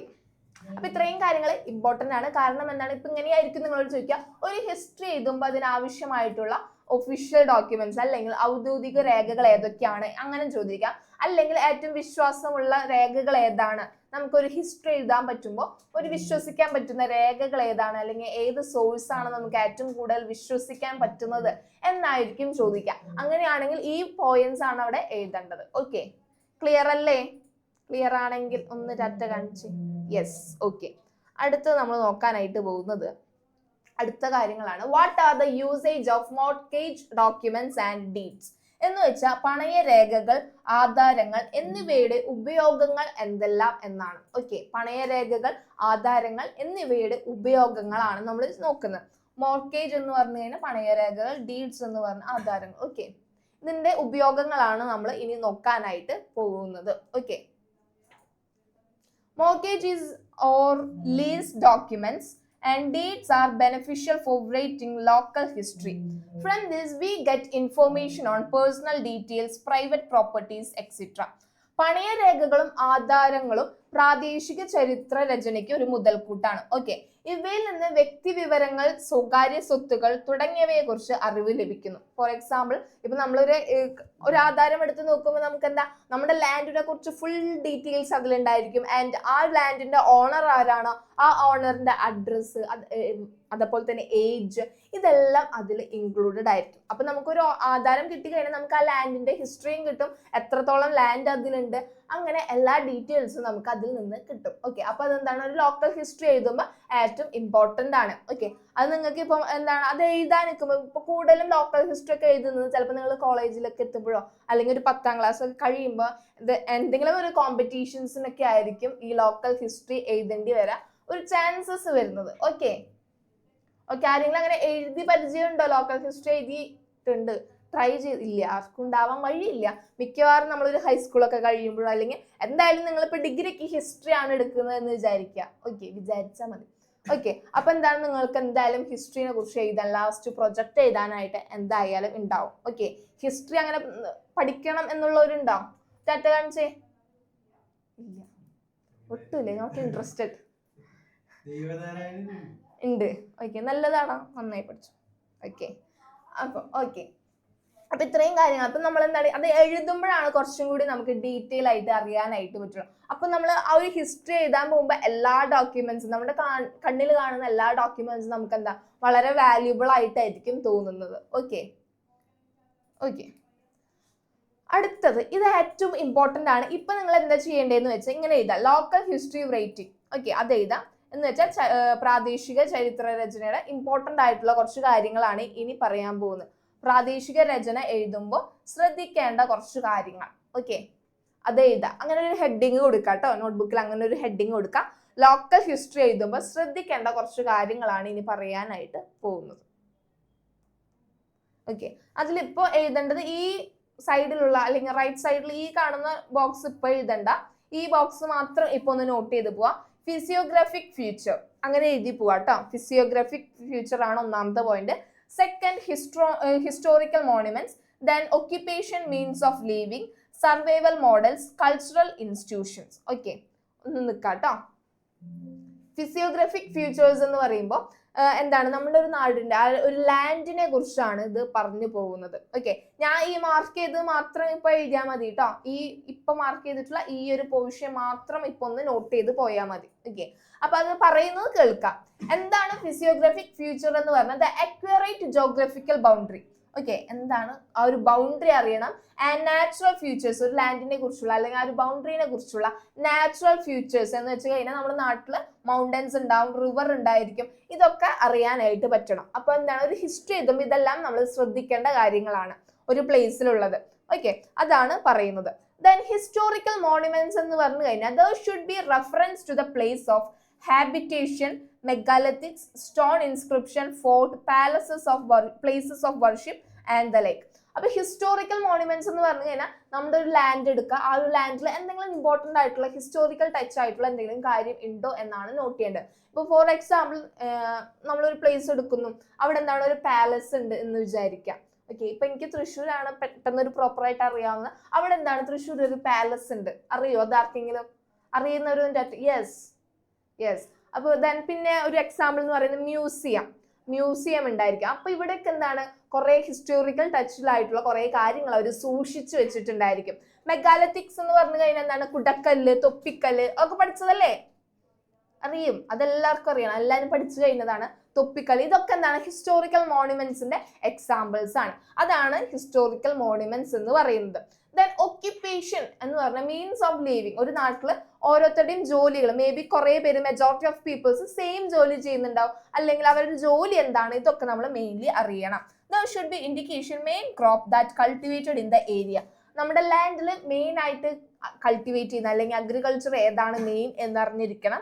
അതുപോലെ തന്നെ ആരെങ്കിലും അവിടെ കൂടുതലായിട്ട് ഹാൻഡിക്രാഫ്റ്റ് ചെയ്യുന്നുണ്ടോ, അല്ലെങ്കിൽ ഏതെങ്കിലും ആർട്ട് ചെയ്യുന്ന ആളുകളുണ്ടോ, ട്രേഡ് സെന്റേഴ്സ് ഉണ്ടെങ്കിൽ അത്, അതുപോലെ തന്നെ ഹെൽത്ത് ആൻഡ് മെഡിക്കൽ സർവീസസ്, ഇതെല്ലാം നമ്മൾ എന്താണ് ലോക്കൽ ഹിസ്റ്ററിയുടെ ഭാഗമായിട്ട് എഴുതാം. എന്ന് വെച്ചാൽ നമ്മളിപ്പോൾ ഒരു ലോക്കൽ ഹിസ്റ്ററി എഴുതാണെങ്കിൽ അവിടെയുള്ള ചെറിയൊരു ഹെൽത്ത് സെന്റർ ആണെങ്കിൽ പോലും അതെന്താണ് നമ്മുടെ ഹിസ്റ്ററിയുടെ ഭാഗമാണ്. ഓക്കെ, അതും കൂടി നമുക്ക് ഇൻക്ലൂഡ് ചെയ്യാനായിട്ട് പറ്റും. ദെൻ സർവൈവൽ മോഡൽസ് എന്ന് പറഞ്ഞു കഴിഞ്ഞാൽ ഇപ്പോ നമ്മുടെ ഫ്ലഡ് വരും, വെള്ളപ്പൊക്കം വരാം, വരൾച്ച വരാം, ഇതൊക്കെ വരുമ്പോ എന്താണ് നമ്മൾ അവിടെ നിന്ന് സർവൈവ് ചെയ്ത് വരാം അല്ലെ. കോവിഡ് ഓർമ്മയുണ്ടാവും നിങ്ങൾക്ക്? ഓർമ്മയുണ്ടാവും അല്ലേ? യെസ്, ഓക്കെ, ഓർമ്മയുണ്ടാവും. അപ്പൊ കോവിഡ് ഒക്കെ എന്താണ് നമ്മൾ ഇങ്ങനെ ഓവർകം ചെയ്ത് വന്നിട്ടുള്ളതാണ് അല്ലെ. അപ്പൊ ഇങ്ങനെയുള്ള എപ്പിഡമിക്സ് ആയിക്കോട്ടെ, നാച്ചുറൽ കലാമിറ്റീസ് ആയിക്കോട്ടെ, ഇതെല്ലാം മനുഷ്യർ ഇങ്ങനെ ഓവർകം ചെയ്ത് വരും. അതിനെയാണ് സർവൈവൽ മോഡൽസ് എന്ന് പറയുന്നത്. അപ്പൊ കോവിഡ് ഒക്കെ എന്താണ് ഹിസ്റ്ററിയുടെ ഒരു ഭാഗമായി കഴിഞ്ഞു. ഓക്കെ, നമ്മൾ ഇത്രയും വലിയൊരു രോഗം, ആ ഒരു എപ്പിഡമിക്സ് കഴിഞ്ഞിട്ടാണ് സർവൈവ് ചെയ്ത് വന്നിട്ടുള്ള ആളുകളാണ്. അപ്പൊ ഇതൊക്കെ എന്താണ് സർവൈവൽ മോഡൽസ് ആണ്. ഇതൊക്കെ എന്താണ് ഹിസ്റ്ററിയുടെ ഭാഗം കൂടിയാണ്. Okay, draft, epidemics, eviction, poverty should be included. Then cultural institution എന്ന് പറഞ്ഞു കഴിഞ്ഞാൽ അവിടെ എന്തൊക്കെ ഡീറ്റെയിൽസ് റിഗാർഡിങ് എഡ്യൂക്കേഷനെ കുറിച്ചുണ്ടായിരിക്കും. വുമൻസ് എഡ്യൂക്കേഷൻ, ലൈബ്രറീസ്, ഇതൊക്കെ എന്താണ് നമുക്ക് കൾച്ചറൽ ഇൻസ്റ്റിറ്റ്യൂഷനിൽ ഇൻക്ലൂഡഡ് ചെയ്യാൻ പറ്റുന്ന കാര്യങ്ങളാണ്. ഓക്കെ, മലയാളം നമുക്ക് നോക്കാം. ഈ ഒരു പോർഷൻസ് കഴിഞ്ഞിട്ട് മലയാളം നോക്കാം. ഓക്കെ, നമുക്ക് ഫിസിയോഗ്രാഫിക് ഫ്യൂച്ചറിന്റെ മലയാളം നോക്കാം. ഭൂപ്രകൃതി എന്ന് പറയും. ഭൂപ്രകൃതി എന്ന് പറഞ്ഞാൽ നേരത്തെ പറഞ്ഞിട്ടുള്ള ഒന്ന് നോട്ട് ചെയ്ത് വെക്കാം കേട്ടോ. ഓക്കെ, ദെൻ അതുപോലെ തന്നെ ചരിത്ര സ്മാരകങ്ങൾ എന്ന് പറഞ്ഞു കഴിഞ്ഞാൽ ശിഖാലിഖിതങ്ങൾ, കോട്ടകൾ, ആരാധനാലയങ്ങൾ, ഇതൊക്കെ എന്താണ് ചരിത്ര സ്മാരകങ്ങളിൽ വരുന്ന കാര്യങ്ങളാണ്. ദെൻ ഉപജീവനം എന്ന് പറഞ്ഞു കഴിഞ്ഞാൽ അവിടുത്തെ പ്രധാന കൃഷി ഏതാണെന്ന് നോക്കണം. അവിടെയുള്ള ജോലികൾ, കൂടുതൽ ആളുകളും ചെയ്യുന്ന ജോലികൾ എന്താണെന്ന് നോക്കണം. ദെൻ കൈത്തൊഴിൽ, വാണിജ്യ കേന്ദ്രങ്ങൾ, ഇതൊക്കെ എന്താണെന്ന് നമ്മൾ അറിഞ്ഞിരിക്കണം. ദെൻ അതിജീവന മാർഗങ്ങൾ എന്ന് പറഞ്ഞു കഴിഞ്ഞാൽ ഇപ്പൊ പറഞ്ഞ കാര്യങ്ങളാണ്. നാച്ചുറൽ കലാമിറ്റീസ് ആയിക്കോട്ടെ, എന്തെങ്കിലും എപ്പിഡമിക്സ് ആയിക്കോട്ടെ, പകർച്ചവ്യാധികൾ, ഇതൊക്കെ എന്താണ് ഈ ഒരു അതിജീവന മാതൃകകളിൽ വരുന്ന കാര്യങ്ങളാണ്. ദെൻ സാംസ്കാരിക സ്ഥാപനങ്ങൾ, അവിടുത്തെ library, important institution, women's education, ഇതൊക്കെയാണ് അവിടെ വരുന്നത്. ഓക്കെ. ദെൻ അടുത്ത് വരുന്നത് land relations, patriotism, local self government bodies and development, bibliography. അപ്പൊ ഒരു അഗ്രികൾച്ചർ ടൈപ്സിനെ കുറിച്ച് നമ്മൾ അറിയണം. നമ്മുടെ ലാൻഡിന്റെ അഗ്രികൾച്ചർ എങ്ങനെയാണ്, അവിടെ ഫ്യൂഡൽ സിസ്റ്റം, ജന്മിത്തം, അങ്ങനെയുള്ള കാര്യങ്ങൾ ഉണ്ടായിരുന്നു. പണ്ടത്തെ ലാൻഡ് എങ്ങനെയാണ് അത് ട്രീറ്റ് ചെയ്തത്, ഇതും അറിയണം. പാട്രിയോട്ടിസം എന്ന് പറഞ്ഞു കഴിഞ്ഞാൽ നമ്മുടെ നാട്ടിൽ എന്തെങ്കിലും പൊളിറ്റിക്കൽ ആയിട്ടുള്ള മൂവ്മെന്റ്സോ, ഇമ്പോർട്ടന്റ് മൂവ്മെന്റ്, നാഷണൽ മൂവ്മെന്റ്സ്, ഇതൊക്കെ നടന്നിട്ടുണ്ടെങ്കിൽ അതും നമ്മൾ നോട്ട് ചെയ്ത് പോകണം. ഫോർ എക്സാമ്പിൾ, നമ്മുടെ നാട്ടിലൊരു ഇൻഡിപെൻഡൻസിന് വേണ്ടിയിട്ട്, സ്വാതന്ത്ര്യത്തിന് വേണ്ടിയിട്ട് എന്തെങ്കിലും മൂവ്മെന്റ് നടന്നിട്ടുണ്ടോ, അതും കൂടി നോട്ട് ചെയ്ത് പോവുക. അപ്പോൾ ഇമ്പോർട്ടന്റ് ആയിട്ടുള്ള പേഴ്സൺസിന് നമുക്ക് കിട്ടും, അവരെയും നോട്ട് ചെയ്ത് പോവാം. ദെൻ ഗവൺമെന്റിന്റെ ഡെവലപ്മെന്റ്സ് ആണ് അടുത്ത് പറയുന്നത്. ഒരു റീജിയനിൽ എന്തൊക്കെ ഡെവലപ്മെന്റ്സ് വന്നിട്ടുണ്ടെങ്കിൽ അതും ഹിസ്റ്ററിയുടെ ഭാഗമായിരിക്കും. ബിബ്ലിയോഗ്രഫി എന്ന് പറഞ്ഞു കഴിഞ്ഞാൽ നമ്മളിപ്പോ ഇത്രയും സോഴ്സസ് പഠിച്ചു അല്ലെ, ലൈബ്രറി, അതൊക്കെ സോഴ്സസ് ആണ്. ലൈബ്രറി, ബുക്സ്, അതേപോലെ തന്നെ ഓറൽ ഹിസ്റ്ററി, ഫാമിലി ഹിസ്റ്ററി, ഇതെല്ലാം എന്താണ് ഹിസ്റ്ററിയുടെ ഓരോ സോഴ്സസ് അല്ലെങ്കിൽ എവിഡൻസസ് ആണ്. ഇതെല്ലാം നമ്മൾ ഒരു ഹിസ്റ്ററി എഴുതി കഴിയുമ്പോൾ ഏറ്റവും ലാസ്റ്റ് ആഡ് ചെയ്യേണ്ടതാണ് ബിബ്ലിയോഗ്രഫി എന്ന് പറയുന്നത്. എന്ന് പറഞ്ഞാൽ നമ്മളൊരു ഹിസ്റ്ററി എഴുതി കഴിയുമ്പോൾ അതിന്റെ ഒതന്റിസിറ്റി, ക്രെഡിബിലിറ്റി അളക്കാൻ വേണ്ടിയിട്ടാണ് ബിബ്ലിയോഗ്രഫി ആഡ് ചെയ്യുന്നത്. അതിൽ നമ്മൾ എന്ത് ചെയ്യും, എല്ലാ സോഴ്സസിനെ കുറിച്ചും ആഡ് ചെയ്യും. നമ്മൾ ആരോടൊക്കെയാണ് ഇന്റർവ്യൂ ചെയ്തത്, അതുപോലെ തന്നെ ഏതൊക്കെ ബുക്സ് ആണ് വായിച്ചത്, അത് ആരാണ് എഴുതിയത്, ഇതെല്ലാം ആഡ് ചെയ്യുന്ന ഒരു പാർട്ടാണ് ബിബ്ലിയോഗ്രഫി എന്ന് പറയുന്നത്. അപ്പൊ ബിബ്ലിയോഗ്രഫി കാണുമ്പോൾ നമ്മൾ എന്താണ് ഒരു സ്റ്റഡിയുടെ ഏറ്റവും ലാസ്റ്റ് ഭാഗം ആണ് കാണുക. എന്ന് വെച്ചാൽ ഫോർ എക്സാമ്പിൾ ഏതെങ്കിലും ഒരു ഹിസ്റ്ററി ബുക്ക് എടുത്ത് നോക്കുക, ഒരു ഹിസ്റ്ററി ബുക്കിന്റെ ഭാഗം എടുത്ത് നോക്കുക, അതിന്റെ ഏറ്റവും ലാസ്റ്റ് പേജിൽ നമുക്ക് ബിബ്ലിയോഗ്രഫി കാണാനായിട്ട് പറ്റും. ഓക്കെ, കുറച്ചൊരു കുഞ്ഞ ടോപ്പിക്കും കൂടി ഉണ്ട്, അത് കഴിഞ്ഞിട്ടായിരിക്കും കേട്ടോ ബ്രേക്ക്. ഓക്കെ, ഭൂബന്ധങ്ങൾ, ദേശീയബോധം, തദ്ദേശീയ സ്വയംഭരണ സ്ഥാപനങ്ങളും വികസനവും, ഗ്രന്ഥസൂചി. ബിബ്ലിയോഗ്രാഫിന് എന്താണ് പറയുന്നത്, ഗ്രന്ഥസൂചി എന്നായിരിക്കും പറയാം. ഒരു ചരിത്രരചനയുടെ ആധികാരികത ഉറപ്പാക്കുന്ന ഒരു പ്രധാന ഘടകമാണ് ഗ്രന്ഥസൂചി എന്ന് പറയുന്നത്. ഓക്കെ, അപ്പൊ അത് ഏറ്റവും അവസാനത്തെ ഭാഗത്തായിരിക്കും ഗ്രന്ഥസൂചി നൽകുന്നുണ്ടാവുക. ദെൻ ദേശീയ ബോധം എന്ന് പറയുന്നത് രാഷ്ട്രീയ പ്രസ്ഥാനങ്ങളായിക്കോട്ടെ അല്ലെങ്കിൽ ദേശീയ വ്യക്തിത്വങ്ങളായിക്കോട്ടെ, ഇവരെ കുറിച്ച് പറയുന്നതാണ് ദേശീയ ബോധത്തിൽ വരുന്നത്. ഓക്കെ, ദെൻ എന്തൊക്കെയാണ് നമ്മൾ ഹിസ്റ്ററി എഴുതുമ്പോൾ ശ്രദ്ധിക്കേണ്ടത്, എന്തൊക്കെ വേണം ഒരു ഹിസ്റ്ററി, ലോക്കൽ ഹിസ്റ്ററി റൈറ്റിംഗിന്റെ സ്ട്രക്ചർ എന്താണെന്ന് ചോദിക്കാനായിട്ട് ചാൻസ് ഉണ്ട്. ഓക്കെ, പ്രാദേശിക ചരിത്ര രചനയുടെ ഘടന എന്താണ്, ഓക്കെ, എന്തൊക്കെ ഉണ്ടാവും, ആദ്യം ഒരു ടൈറ്റിൽ ഉണ്ടായിരിക്കും, ദെൻ കണ്ടന്റ് അല്ലെങ്കിൽ ഡിക്ലറേഷൻ ഓഫ് ദ സ്റ്റുഡന്റ് അതുണ്ടായിരിക്കും, ഒരു കുട്ടിയുടെ പ്രസ്താവന അല്ലെങ്കിൽ ഉള്ളടക്കം, സാക്ഷ്യപത്രം, ഇതൊക്കെ എന്താണ് ഫസ്റ്റ് പേജിൽ വരും. ടൈറ്റിൽ കഴിഞ്ഞ് കഴിഞ്ഞാൽ കണ്ടന്റ് എഴുതണം, then declaration of the student എന്ന് വെച്ചാൽ ഉള്ളടക്കം, കുട്ടിയുടെ പ്രസ്താവന ഇത് ഇൻക്ലൂഡഡ് ആവണം. ദെൻ സർട്ടിഫിക്കറ്റ് ആണ് അടുത്തത്, മൂന്നാമത്തെ സാക്ഷ്യപത്രം, അക്നോളജ്മെന്റ് നന്ദി പ്രസ്താവന, ഇൻട്രൊഡക്ഷൻ ആമുഖം, ദെൻ ചാപ്റ്റേഴ്സ്, എത്ര ചാപ്റ്റേഴ്സ് ഉണ്ട്, ചാപ്റ്റേഴ്സ് മേ ബി 1, 2, 3 അങ്ങനെ പോവാം. നമ്മൾ എഴുതുന്ന എത്രത്തോളം ഉണ്ടോ അത്രത്തോളം ചാപ്റ്റേഴ്സ് ഇങ്ങനെ പോയിക്കൊണ്ടിരിക്കും. ദെൻ അറ്റ് ലാസ്റ്റ് കൺക്ലൂഷൻ ഒക്കെ കഴിഞ്ഞിട്ടാണ് നമ്മൾ എന്ത് ചെയ്യുക, ബിബ്ലിയോഗ്രഫി ആഡ് ചെയ്യുക. ഇതെല്ലാവരും ഒന്ന് നോട്ട് ചെയ്യുക കേട്ടോ. ഓക്കെ, അത് കഴിഞ്ഞിട്ട് റെഫറൻസ് വെക്കും, names of those who are interview, നമ്മൾ ആരൊക്കെ ആയിട്ടാണ് ഇന്റർവ്യൂ ചെയ്തത്, ഏതൊക്കെ പ്ലേസ് വിസിറ്റ് ചെയ്തു, ഇൻസ്റ്റിറ്റ്യൂഷൻ, ഓക്കെ, പരാമർശങ്ങൾ, അഭിമുഖത്തിൽ പങ്കെടുത്തവരുടെ പേര്, സന്ദർശന സ്ഥലങ്ങൾ, സ്ഥാപനങ്ങൾ, ഇതെല്ലാം നമ്മൾ റെഫറൻസിൽ വരും. ദെൻ അപ്പൻഡിക്സസ് എന്ന് പറഞ്ഞു കഴിഞ്ഞാൽ അതിൽ ഫോട്ടോസ്, നമ്മളുടെ ലാൻഡിന്റെ ഫോട്ടോസ് വെക്കാം, ഫോട്ടോസ്, അതേപോലെ തന്നെ സോങ്സ്, നമ്മൾ ഇന്റർവ്യൂ ചെയ്യുമ്പോൾ ഏതൊക്കെ ക്വസ്റ്റ്യൻസ് ആണ് ചോദിച്ചത്, ആ ചോദ്യാവലി, ഫോട്ടോകൾ, പാട്ടുകൾ, ഇതൊക്കെ അനുബന്ധത്തിൽ ആഡ് ചെയ്യാം. ഏറ്റവും ലാസ്റ്റ് ഗ്രന്ഥസൂചിയും കൂടി വെച്ച് കഴിഞ്ഞാൽ നമ്മുടെ ഹിസ്റ്ററി എഴുതുന്ന അല്ലെങ്കിൽ ലോക്കൽ ഹിസ്റ്ററി എഴുതുന്നത് കഴിഞ്ഞു. ഓക്കെ, അപ്പൊ ഇത്രയും കാര്യങ്ങളാണ് നമ്മുടെ ബാലൻസ് പോർഷൻസ് ഉണ്ടായിരുന്നത്. എന്തൊക്കെ നമ്മൾ പഠിച്ചു, ലോക്കൽ ഹിസ്റ്ററിയെ കുറിച്ച് പഠിച്ചു, എങ്ങനെ അത് എഴുതാം, അതിന്റെ സോഴ്സസ് നോക്കി, ഓറൽ ഹിസ്റ്ററി നോക്കി കഴിഞ്ഞു, ഫാമിലി ഹിസ്റ്ററി കഴിഞ്ഞു, പിന്നെ അതിൽ ഇമ്പോർട്ടൻറ്റ് ഡോക്യുമെന്റ്സ് ഏതാണോ അതും പഠിച്ചു കഴിഞ്ഞു. ദെൻ എങ്ങനെയാണ് ലോക്കൽ ഹിസ്റ്ററി എഴുതുന്നതിന്റെ സ്ട്രക്ചർ എന്ന് നോക്കിക്കഴിഞ്ഞാൽ ഇമ്പോർട്ടൻ്റ് ആണ് കേട്ടോ അത്. നോട്ട് ചെയ്ത് വെക്കുക എല്ലാവരും. ആ ഒരു സ്ട്രക്ചർ, ലോക്കൽ ഹിസ്റ്ററി എഴുതുന്ന സ്ട്രക്ചർ ഒന്ന് നോട്ട് ചെയ്ത് വെക്കുക. ഓക്കെ, ഞാനിത് കഴിഞ്ഞ് വരുമ്പോൾ, ബ്രേക്ക് കഴിഞ്ഞ് വരുമ്പോൾ ഇതൊക്കെ ചോദിക്കും കേട്ടോ, പറഞ്ഞു തരണം എനിക്ക്. ഓക്കെ ആണോ? ഓക്കെ, ആദ്യം ഈ ഒരു ഭാഗങ്ങൾ കൺക്ലൂഷൻ ഒക്കെ എഴുതി കഴിയുക. ഈ സ്ലൈഡ് എഴുതി കഴിഞ്ഞവരൊന്ന് ഡാറ്റ കാണിച്ചേ. യെസ്, കഴിഞ്ഞു. ഓക്കെ, ഇനി അടുത്ത സ്ലൈഡ് ഇതാണ്. അടുത്ത കൺക്ലൂഷൻ കഴിഞ്ഞ് കഴിഞ്ഞാൽ നമ്മൾ റെഫറൻസ് വെക്കണം, അപ്പൻഡിക്സിസ് വെക്കണം, ബിബ്ലിയോഗ്രഫി വെക്കണം. ഓക്കെ, ഓക്കെ അല്ലേ? എഴുതി കഴിഞ്ഞോ? ബ്രേക്ക് സെറ്റ് ആണോ? ബ്രേക്ക് വേണോ? ആരോ ഒരാൾ ചോദിച്ചു അല്ലേ ബ്രേക്ക്? 2-3 പേര് ചോദിച്ചു. അപ്പൊ നമുക്ക് വേഗം ഒരു 10 മിനിറ്റ് ബ്രേക്ക് കഴിഞ്ഞിട്ട് തിരിച്ചു വരാം. ഓക്കെ ഓക്കെ, വേഗം വേഗം എല്ലാവരും വരാം.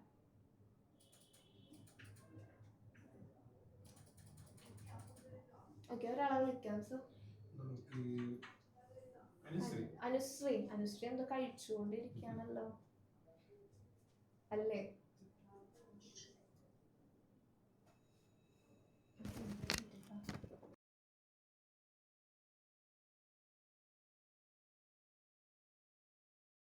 ഓക്കെ, അനുശ്രീ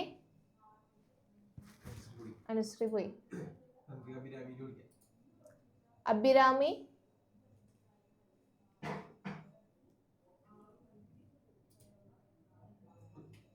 അഭിരാമി പോയോ? ആ, പറഞ്ഞോ. എന്താണ് വിശേഷം? സുഖാണോ? സുഖാണ്. ഓക്കെ, ഇപ്പൊ നമ്മൾ നേരത്തെ പറഞ്ഞ ആ ഒരു ഹിസ്റ്ററിയുടെ സ്ട്രക്ചർ ഒന്ന് പറഞ്ഞേ, ഓർമ്മയുള്ള കാര്യങ്ങളൊക്കെ ഒന്ന് പറഞ്ഞേ. ഓർഡർ വേണോ എല്ലാരും പഠിക്കുമ്പോ?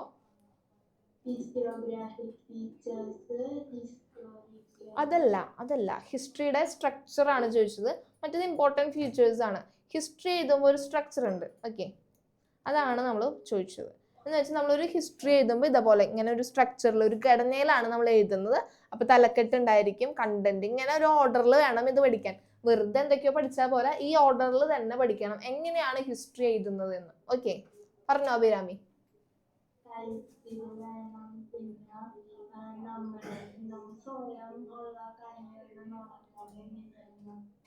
ഓക്കെ ഓക്കെ, അഭിരാമി സെറ്റാണ് കേട്ടോ.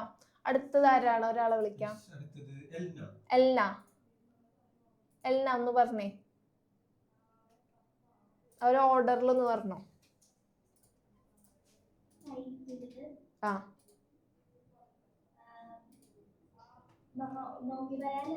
നോക്കി പറഞ്ഞോ. നീ നോക്കിയല്ലേ പറഞ്ഞത്? അല്ല, അന്നാ കാണാതെ പറഞ്ഞോ. ആ, ആ, ആ,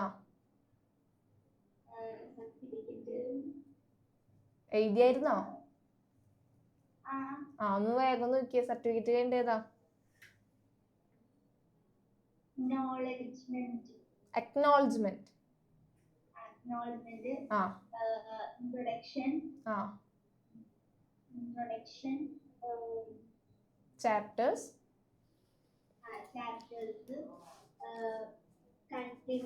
കൺക്ലൂഷൻ. ഓക്കെ, ഇനി അടുത്തത്. ഓക്കെ കേട്ടാ, ഓക്കെ സെറ്റാണ്ടാ. ദെൻ അടുത്ത ആൾ ആരാണ്? ആദിദേവ് ഒന്ന് പറഞ്ഞേ ബാക്കി കാര്യങ്ങൾ, റെഫറൻസസ് തൊട്ട് ബാക്കി പറഞ്ഞേ. ആദിദേവ്.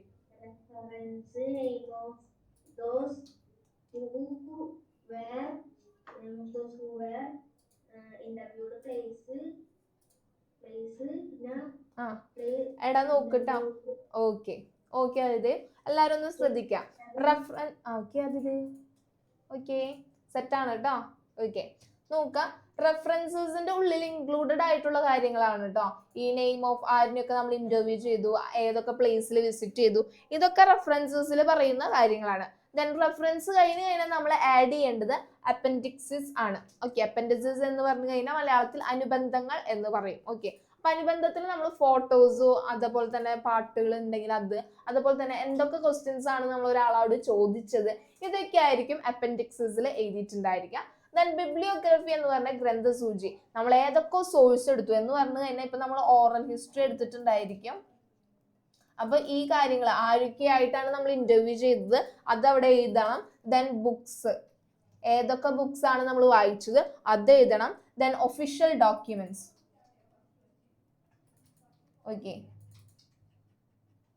ഇതും നമ്മൾ അവിടെ ആഡ് ചെയ്യേണ്ട കാര്യങ്ങളാണ്. ഓക്കെ, ഇനി നമ്മൾ പഠിക്കാട്ടോ. ഇനി റിവിഷൻ ആണ്, ഇനി നമുക്ക് പഠിക്കാനുള്ള കുറച്ച് കാര്യങ്ങളാണ്. അപ്പൊ അവിടെ നിന്ന് സ്റ്റാർട്ട് ചെയ്യല്ലേ? ഓക്കെ ഓക്കെ, വായിക്കാം കേട്ടോ. Question: moisture laden winds from the Arabian Sea bring heavy rainfall to Kerala, while the neighboring state of Tamil Nadu receive comparatively less rainfall due to the presence of mountain barrier in South India. Okay, അപ്പൊ അറബിക്കടലിൽ നിന്നുള്ള ഈർപ്പം നിറഞ്ഞ കാറ്റ് കാരണം കേരളത്തിലേക്ക് എന്താണ് കനത്ത മഴ വരുന്നുണ്ട്. ഓക്കെ, അതേസമയം ദക്ഷിണേന്ത്യയിലെ ഒരു പർവ്വത തടസ്സം കാരണം നമ്മുടെ അയൽ സംസ്ഥാനമായ തമിഴ്നാട്ടിൽ വളരെ കുറവ് മഴയാണ് ലഭിക്കുന്നത്. ഓക്കെ, അപ്പൊ ആദ്യം നിങ്ങൾ ചെയ്യേണ്ടത് identify the mountain range responsible for this rainfall pattern. ഈ റെയിൻഫോൾ പാറ്റേണിന് കാരണമായിട്ടുള്ള ആ ഒരു മൗണ്ടൻ അല്ലെങ്കിൽ ആ ഒരു പർവ്വത നിര ഏതാണെന്നാണ് ഐഡന്റിഫൈ ചെയ്യേണ്ടത്. ഓക്കെ, എല്ലാരും വായിച്ചോ? ക്വസ്റ്റ്യൻ വായിക്കുക, ആൻസർ എഴുതി പോവാട്ടോ. എല്ലാരും എഴുതിക്കോളൂ ആൻസർ. ഞാൻ കുറച്ചു പേരോടാണ് ചോദിക്കുന്നുണ്ടാവുള്ളൂ, പക്ഷെ എല്ലാവരും എഴുതി കാണിച്ചു തരണം. ഓക്കെ, അപ്പൊ ഇതാണ് അറബിക്കടലിൽ നിന്ന് നല്ല മോയ്സ്ചർ നിറഞ്ഞിട്ടുള്ള ആ ഒരു കാറ്റ് വരുന്നു. ആ കാറ്റ് എന്താണ്, ആ കാറ്റ് കാരണം കേരളത്തിൽ നല്ല മഴ ലഭിക്കുന്നുണ്ട്. പക്ഷേ ദക്ഷിണേന്ത്യയിലെ ഒരു പർവ്വത തടസ്സം കാരണം എന്താണ്, നമ്മുടെ അയൽ സംസ്ഥാനമായ തമിഴ്നാട്ടിൽ കുറവ് മഴയാണ് ലഭിക്കുന്നത്. അപ്പോൾ ആ പർവ്വത നിര ഏതാണ് എന്നാണ് ചോദിച്ചിരിക്കുന്നത്. ഓക്കെ, എല്ലാവരും എഴുതിക്കോളൂ കേട്ടോ. ചോദിക്കാം സർ? യെസ്, ആരോട് ചോദിക്കാം? അദ്വൈത് ഒന്ന് പറഞ്ഞേ, ആൻസർ പറഞ്ഞേടാ. ഒന്നും കൂടി പറയണം. ഓക്കെ, അറബിക്കടലിൽ നിന്നുള്ള ആ ഒരു ഈർപ്പം നിറഞ്ഞ കാറ്റ് ഇത് വരുന്നത് കൊണ്ട് എന്താണ് കേരളത്തിൽ നല്ല മഴ ലഭിക്കുന്നുണ്ട്. പക്ഷെ നമ്മുടെ അയൽ സംസ്ഥാനമായ തമിഴ്നാട്ടിൽ വളരെ മഴ കുറവാണ്. കാരണം ഒരു പർവ്വത തടസ്സം കാരണമാണ്. ഓക്കെ, അപ്പൊ ആ പർവ്വത നിര ഏതാണ് എന്ന് പറഞ്ഞു കഴിഞ്ഞാൽ ഒരു ബാരിയർ, ഒരു മൗണ്ടൻ അവിടെ നിൽക്കുന്നത് കൊണ്ടാണ് തമിഴ്നാട്ടിൽ മഴ ലഭിക്കാത്തത്, കുറവ് ലഭിക്കുന്നത്. അപ്പൊ ആ മൗണ്ടൻ ഏതാണെന്നാണ് ചോദിക്കുന്നത്. ഓക്കെ, കിട്ടോ? ഓയ്യോ, അവിടെ ഉണ്ട്. ഓക്കെ, സാരമില്ല അദ്വൈത്, അതൊന്ന് നോട്ട് ചെയ്ത് വെക്കാം കേട്ടോ. ഇപ്പൊ പറയുമ്പോ നോട്ട് ചെയ്ത് വെക്കണം കേട്ടോ അദ്വൈത്. ഓക്കെ, അടുത്ത ആളെ വിളിക്കാം. അഭിനവ്. എടാ അറിയില്ലെങ്കിൽ അറിയില്ല എന്ന് പറഞ്ഞോളൂ കേട്ടോ, നോ പ്രോബ്ലം. ഓക്കെ, അഭിനവ് എന്ന് പറഞ്ഞേ. ഹലോ, അൺമ്യൂട്ട് ചെയ്യൂ. എടാ നീ അൺമ്യൂട്ട് ചെയ്തിട്ടില്ല, വരുന്നില്ല. ഓക്കെ, ഒന്ന് ചെക്ക് ചെയ്യട്ടോ അഭിനവ്. എന്താ ലക്ഷ്മി? ലക്ഷ്മി ഒന്ന് പറഞ്ഞടാ. ആരവല്ലി, അത് പ്രത്യേക തരം ഒരു ഉത്തരമായി പോയി. അതല്ല, തെറ്റി. ഇനി വേറെ ഓപ്ഷൻസ് ഉണ്ടോ കയ്യില്? ഇല്ല. അപ്പൊ ടാറ്റ പോയിക്കോ. അറിയുന്ന ആളുകളൊന്ന് ടാറ്റ കാണിച്ചടാ. അറിയുന്നവരൊക്കെ ഒന്ന് ടാറ്റ കാണിച്ചേ. യെസ്, കുറച്ചധികം പേരുണ്ട്. ഒരാളെ വിളിക്കും. ആദിലക്ഷ്മി. ആ പറഞ്ഞോ. Good evening. ഏതാ? റെയിൻ ഷാഡോ റീജിയനോ? അല്ല, ഇത് പ്രത്യേക തരം ഉത്തരങ്ങളാണല്ലോ എനിക്ക് കിട്ടുന്നത്. ആരോഗ്യ കമന്റ് ചാറ്റ് ബോക്സിൽ ഇട്ടുണ്ടായിരുന്നല്ലോ കറക്റ്റ് ആയിട്ട്. ധനേഷ്. യെസ്, ധനേഷ് ഒക്കെ ഇട്ടിട്ടുണ്ട്. ആദിദേവ് ഇട്ടിട്ടുണ്ട്. വെസ്റ്റേൺ ഗട്ട്സ് ആണ് കേട്ടോ correct answer. Yes, western guts. പോയി, തെറ്റിപ്പോയി. ഓക്കെ, അപ്പൊ എല്ലാരും നോട്ട് ചെയ്ത് വെക്കാം. നമ്മുടെ അറബിക്കടലിൽ നിന്നുള്ള ആ ഒരു ഈർപ്പം കാരണം എന്താണ് തമിഴ്നാട്ടിൽ മഴ കുറവാണ്. കാരണം ആ ഒരു പർവ്വത നിര അവിടെ നിൽക്കുന്നത് കൊണ്ടാണ്, അല്ലെങ്കിൽ ആ ഒരു മൗണ്ടൻ ബാരിയർ ആയിട്ട് നിൽക്കുന്നത് കൊണ്ടാണ് അവിടെ മഴ കുറവ്. പക്ഷെ കേരളത്തിൽ എന്താണ് നല്ല മഴ ലഭിക്കുന്നുണ്ട്. അതിന്റെ കാരണം വെസ്റ്റേൺ ഗട്ട്സ് ആണ് ആൻസർ കേട്ടോ. തമിഴ്നാട്ടിൽ മഴ ലഭിക്കാൻ കുറവ് കാരണം എന്താണെന്ന് ചോദിച്ചു കഴിഞ്ഞാൽ വെസ്റ്റേൺ ഗട്ട്സ് ഉള്ളത് കൊണ്ടാണ്. ഓക്കെ, സെറ്റല്ലേ? കിട്ടിയില്ലേ? ഓക്കെ, എഴുതി പോവാട്ടോ. Yes, Dhanesh. Okay, Then explain, അടുത്ത ബി സബ് ക്വസ്റ്റ്യൻ ആണ്. Explain why one side of this mountain range receive more rainfall. അപ്പോൾ അടുത്ത ചോദ്യം എന്ന് പറഞ്ഞു കഴിഞ്ഞാൽ ഈ പർവ്വതനിരയുടെ ഒരു വശത്ത് കൂടുതൽ മഴ ലഭിക്കുന്നത് എന്തുകൊണ്ടാണ്? ഓക്കെ, നമ്മളിപ്പോ ഇത്രയും ഈ ഒരു സ്റ്റേറ്റ്മെന്റിൽ പറഞ്ഞു അല്ലെ, ഒരു സ്ഥലത്ത് കേരളത്തിൽ നല്ല മഴ ലഭിക്കുന്നുണ്ട്, തമിഴ്നാട്ടിലാണെങ്കിൽ മഴ കുറവാണെന്ന് പറഞ്ഞു. അപ്പൊ ഈ ഒരു സൈഡിൽ മഴ ലഭിക്കുന്നത് കൂടുതലാണ്. വൈ, എന്തുകൊണ്ടാണ് അവിടെ മാത്രം മഴ കൂടുതൽ കിട്ടുന്നത്? ഓക്കെ, ആര് വിളിക്കാം? ധനീഷ്. യെസ്, ധനീഷ് പറഞ്ഞോ. Because the Kerala is located in the eastern slope of the western slope of the Western Ghats receives more rainfall, while Tamil Nadu is located in the eastern Ghats receives low rainfall. Yes, okay, പഠിച്ചിട്ടുണ്ട് അല്ലേ? പോയോ, എവിടെയെങ്കിലും പോയോ? ഇല്ല. Yes yes, okay Dhaneesh, okay കേട്ടോ, ഓക്കേടാ, സെറ്റാണ്. Okay, അപ്പൊ എല്ലാരും പഠിച്ചു വെച്ചിട്ടുണ്ടെങ്കിൽ ഓക്കെ ആണ്, നിങ്ങൾക്ക് ഇത് കിട്ടും അല്ലെ? ഓക്കെ ആണ്. അപ്പൊ എല്ലാരും ഒന്നുകൂടി വായിച്ചു നോക്കാട്ടെ ചാപ്റ്റേഴ്സ്. അപ്പൊ നമുക്ക് നോക്കാം. ഫസ്റ്റ് നമ്മൾ നോക്കിയ ആൻസർ എന്ന് പറയുന്നത് western guts. Mountain range mentioned in the statement is western guts. Okay, western guts ആണ് കറക്റ്റ് ആൻസർ. ദെൻ അടുത്ത ക്വസ്റ്റിന്റെ ആൻസർ എന്ന് പറയുന്നത് എന്തുകൊണ്ടാണ് ഒരു സൈഡിൽ മഴ കൂടുതൽ ലഭിക്കുന്നത് എന്ന് ചോദിച്ചു കഴിഞ്ഞാൽ ഒന്ന് നോട്ട് ചെയ്ത് പോവാട്ടോ. നിങ്ങൾ നിങ്ങളുടെ ലാംഗ്വേജിൽ എഴുതിക്കോളൂ. The most laden monsoon wind from the Arabian sea obstructed by the western Ghats, causing the heavy rainfall on the windward side such as Kerala.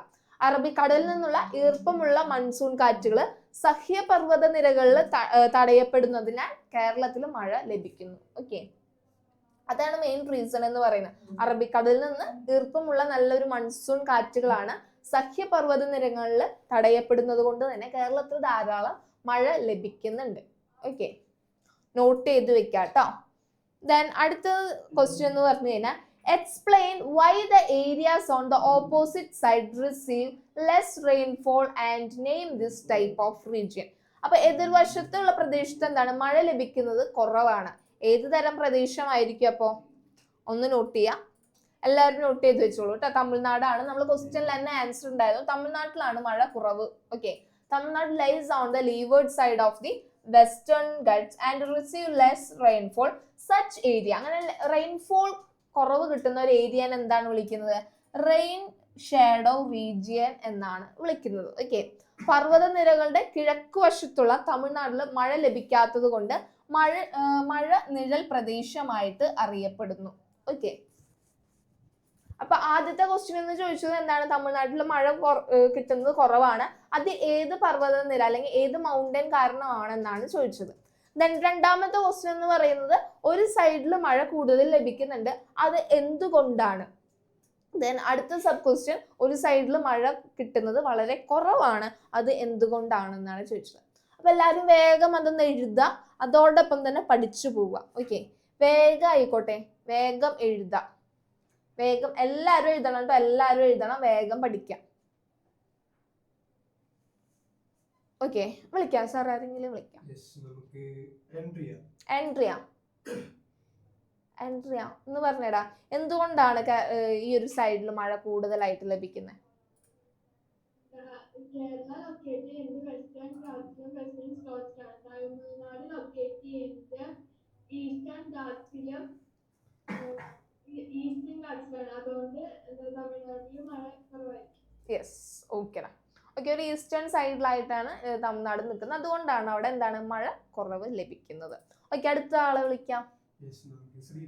Sreebala ഒന്ന് പറഞ്ഞേ. എല്ലാരും എഴുതിക്കോളൂ കേട്ടോ, ബാക്കിയുള്ളവരൊക്കെ എഴുതിക്കോളൂ.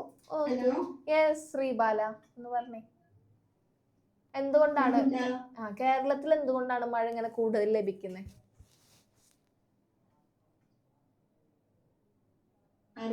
അറിയില്ലേ? അപ്പൊ ഞാൻ ആരോടാണ് പറഞ്ഞത്? ഇപ്പൊ എഴുതിയായിരുന്നോ? ആ, എഴുതിക്കൊണ്ടിരിക്കുന്നത്. വേഗം ഒന്ന് എഴുതിയിട്ട് പറഞ്ഞേ, വേഗം ആയിക്കോട്ടെ. ഓക്കെ, അടുത്തത് ആൽവിൻ. ആൽവിൻ എന്ന് പറഞ്ഞേ, എന്താണ് കേരളത്തിൽ മഴ കൂടുതൽ ലഭിക്കുന്നത്? Rain shadow region വെസ്റ്റേൺ ഘട്ടിന്റെ ആ മലയാള ഓപ്പോസിറ്റ് ഉള്ള തമിഴ്നാട്ടിൽ മഴ കുറവായിരിക്കും. ആ ഇങ്ങോട്ട് മഴ പെയ്യും. അതുകൊണ്ടാണ് ഇങ്ങോട്ട് മഴ പെയ്യണത്. ഞാൻ എന്താ ചോദിച്ചത്, നീ എന്താ പറഞ്ഞത്? ഞാൻ എന്താ ചോദിച്ചത് അതൊന്ന് എന്നോട് തിരിച്ചു ചോദിച്ചേ. അയ്യോ, മഴ കേരളത്തിൽ പെയ്യുന്നു. മഴ കേരളത്തിൽ എങ്ങനെയാ പെയ്യുന്നത് എന്നല്ല, എന്തുകൊണ്ടാണ് കൂടുതൽ ലഭിക്കുന്നത്. ഓക്കെ, കേരളത്തിൽ കൂടുതൽ കിട്ടുന്നുണ്ട് ആ ഒരു അറേബ്യൻ സീയുടെ ആ ഒരു മോയ്സ്ചർ കണ്ടന്റ് ഉള്ളത് കൊണ്ട് കേരളത്തിൽ കൂടുതൽ മഴയുണ്ട്. തമിഴ്നാട്ടിലാണെങ്കിൽ കുറവാണ്. അത് എന്താണ് കേരളത്തിൽ കൂടുതൽ എന്നാണ് ചോദിക്കുന്നത്. വെസ്റ്റേൺ ഘട്ട് കാരണം മൗണ്ടൻ റേഞ്ചിൽ ആ മേഘം നിൽക്കുവാണ്. ഓ എന്തൊക്കെയോ ഒപ്പിച്ചു. ഒന്നുകൂടി ക്ലിയർ ആയിട്ട് വായിക്കാം കേട്ടോ. ക്ലിയർ ആയിട്ട് എഴുതാൻ, ക്ലിയർ ആയിട്ട് പോവുക. ഓക്കെ, അറബിക്കടലിൽ നിന്നുള്ള ആ ഒരു ഈർപ്പമുള്ള മൺസൂൺ കാറ്റുകൾ സഹ്യ എന്ന് വെച്ച് വെസ്റ്റേൺ ഘട്ട്സിൽ അങ്ങനെ തടയപ്പെടുന്നത് കൊണ്ടാണ് കേരളത്തിൽ മഴ കൂടുതലായിട്ട് ലഭിക്കുന്നത്. ഓക്കെ, ഓക്കെ, അടുത്ത ക്വസ്റ്റ്യൻസ് ഉണ്ടെങ്കിൽ ബാക്കിയുള്ളവർ അത് പഠിച്ചോളൂ കേട്ടോ. വേഗം പഠിച്ചു കഴിയാത്തവർ ഇതന്നെ പഠിക്കാം. ഓക്കെ ഓക്കെ, അടുത്ത ഒരാളെ വിളിക്കാം. സോ അത് കഴിഞ്ഞ് നമുക്ക് അടുത്ത ക്വസ്റ്റ്യൻ നോക്കാം. ഷിഹാന ഒന്ന് പറഞ്ഞേ, തമിഴ്നാട്ടിൽ എന്താണ് മഴ ലഭിക്കുന്നത് കുറവായത്? അത് മറ്റേ വെസ്റ്റേൺ ഘട്ട് കാരണം കാറ്റ് വീശുമ്പോ കേരളയിലേക്ക് കാറ്റ് വീശും. വീശുമ്പോ റെയിൻഫോളും കേരളയിലേക്ക് റെയിൻഫോളും. യെസ്, ഓക്കേടാ, ഓക്കെ, സെറ്റാണ് കേട്ടോ. ഓക്കെ, ഷഹാൻ എന്താ പറഞ്ഞേ? ഷിഹാന ഓക്കെ, സെറ്റാണ് കേട്ടോ. അപ്പൊ എന്താണ് ഈ ലീവേർഡ് സൈഡ് എന്ന് പറഞ്ഞു കഴിഞ്ഞാൽ ഒരു മൗണ്ടന്റെ ചരിവ് പ്രദേശം അങ്ങനെയൊക്കെ വരും. അവിടേക്ക് എന്താണ് കാറ്റൊന്നും അത്രത്തോളം അങ്ങോട്ട് എത്തില്ല. അതുകൊണ്ടാണ് കേട്ടോ തമിഴ്നാട്ടിൽ അങ്ങനെ മഴയൊന്നും ലഭിക്കാത്തത്, അധികമായിട്ട് മഴ ലഭിക്കാത്തത്. അപ്പൊ ഈ ക്വസ്റ്റ്യൻ ഓക്കെ അല്ലേ? Yes, okay. അടുത്തതെന്ന് പറയുന്നത് a certain region of India experience very low rainfall. അപ്പൊ ഇന്ത്യയുടെ കുറച്ച് സ്ഥലങ്ങൾ എന്താണ് റെയിൻഫോൾ എന്ന് പറയുന്നത് കുറച്ച് കുറവാണ് through out A year. And as a result, the natural vegetation mainly consists of thorny bushes and cactus plants adapted to dry condition. അപ്പൊ ഏത് റീജിയൻ ആണ് എന്നാണ് ഐഡന്റിഫൈ ചെയ്യേണ്ടത്. എന്നുവെച്ചാൽ മഴ അവിടെ കുറവാണ്, അവിടെ കൂടുതലും ഉള്ളത് എന്താണ്, ഇങ്ങനെ മുൾച്ചെടികളൊക്കെയാണ് അവിടെ കൂടുതലായിട്ട് കാണപ്പെടുന്നത്. അപ്പൊ ഈ റീജിയൻ ഏതായിരിക്കും, ഈ പ്രദേശം ഏതായിരിക്കും എന്നാണ് ചോദിക്കുന്നത്. ഓക്കെ, കുറേ പേര് ചാറ്റ് ബോക്സിൽ കറക്റ്റ് ആയിട്ട് അയക്കുന്നുണ്ട്. ഓക്കെ, ചിലർ തെറ്റിക്കുന്നുണ്ട്. ഓക്കെ ഓക്കെ, അപ്പൊ ഒരാളെ വിളിക്കാം സാർ. ഏതാണ് ആ ഒരു റീജിയൻ? അദിത്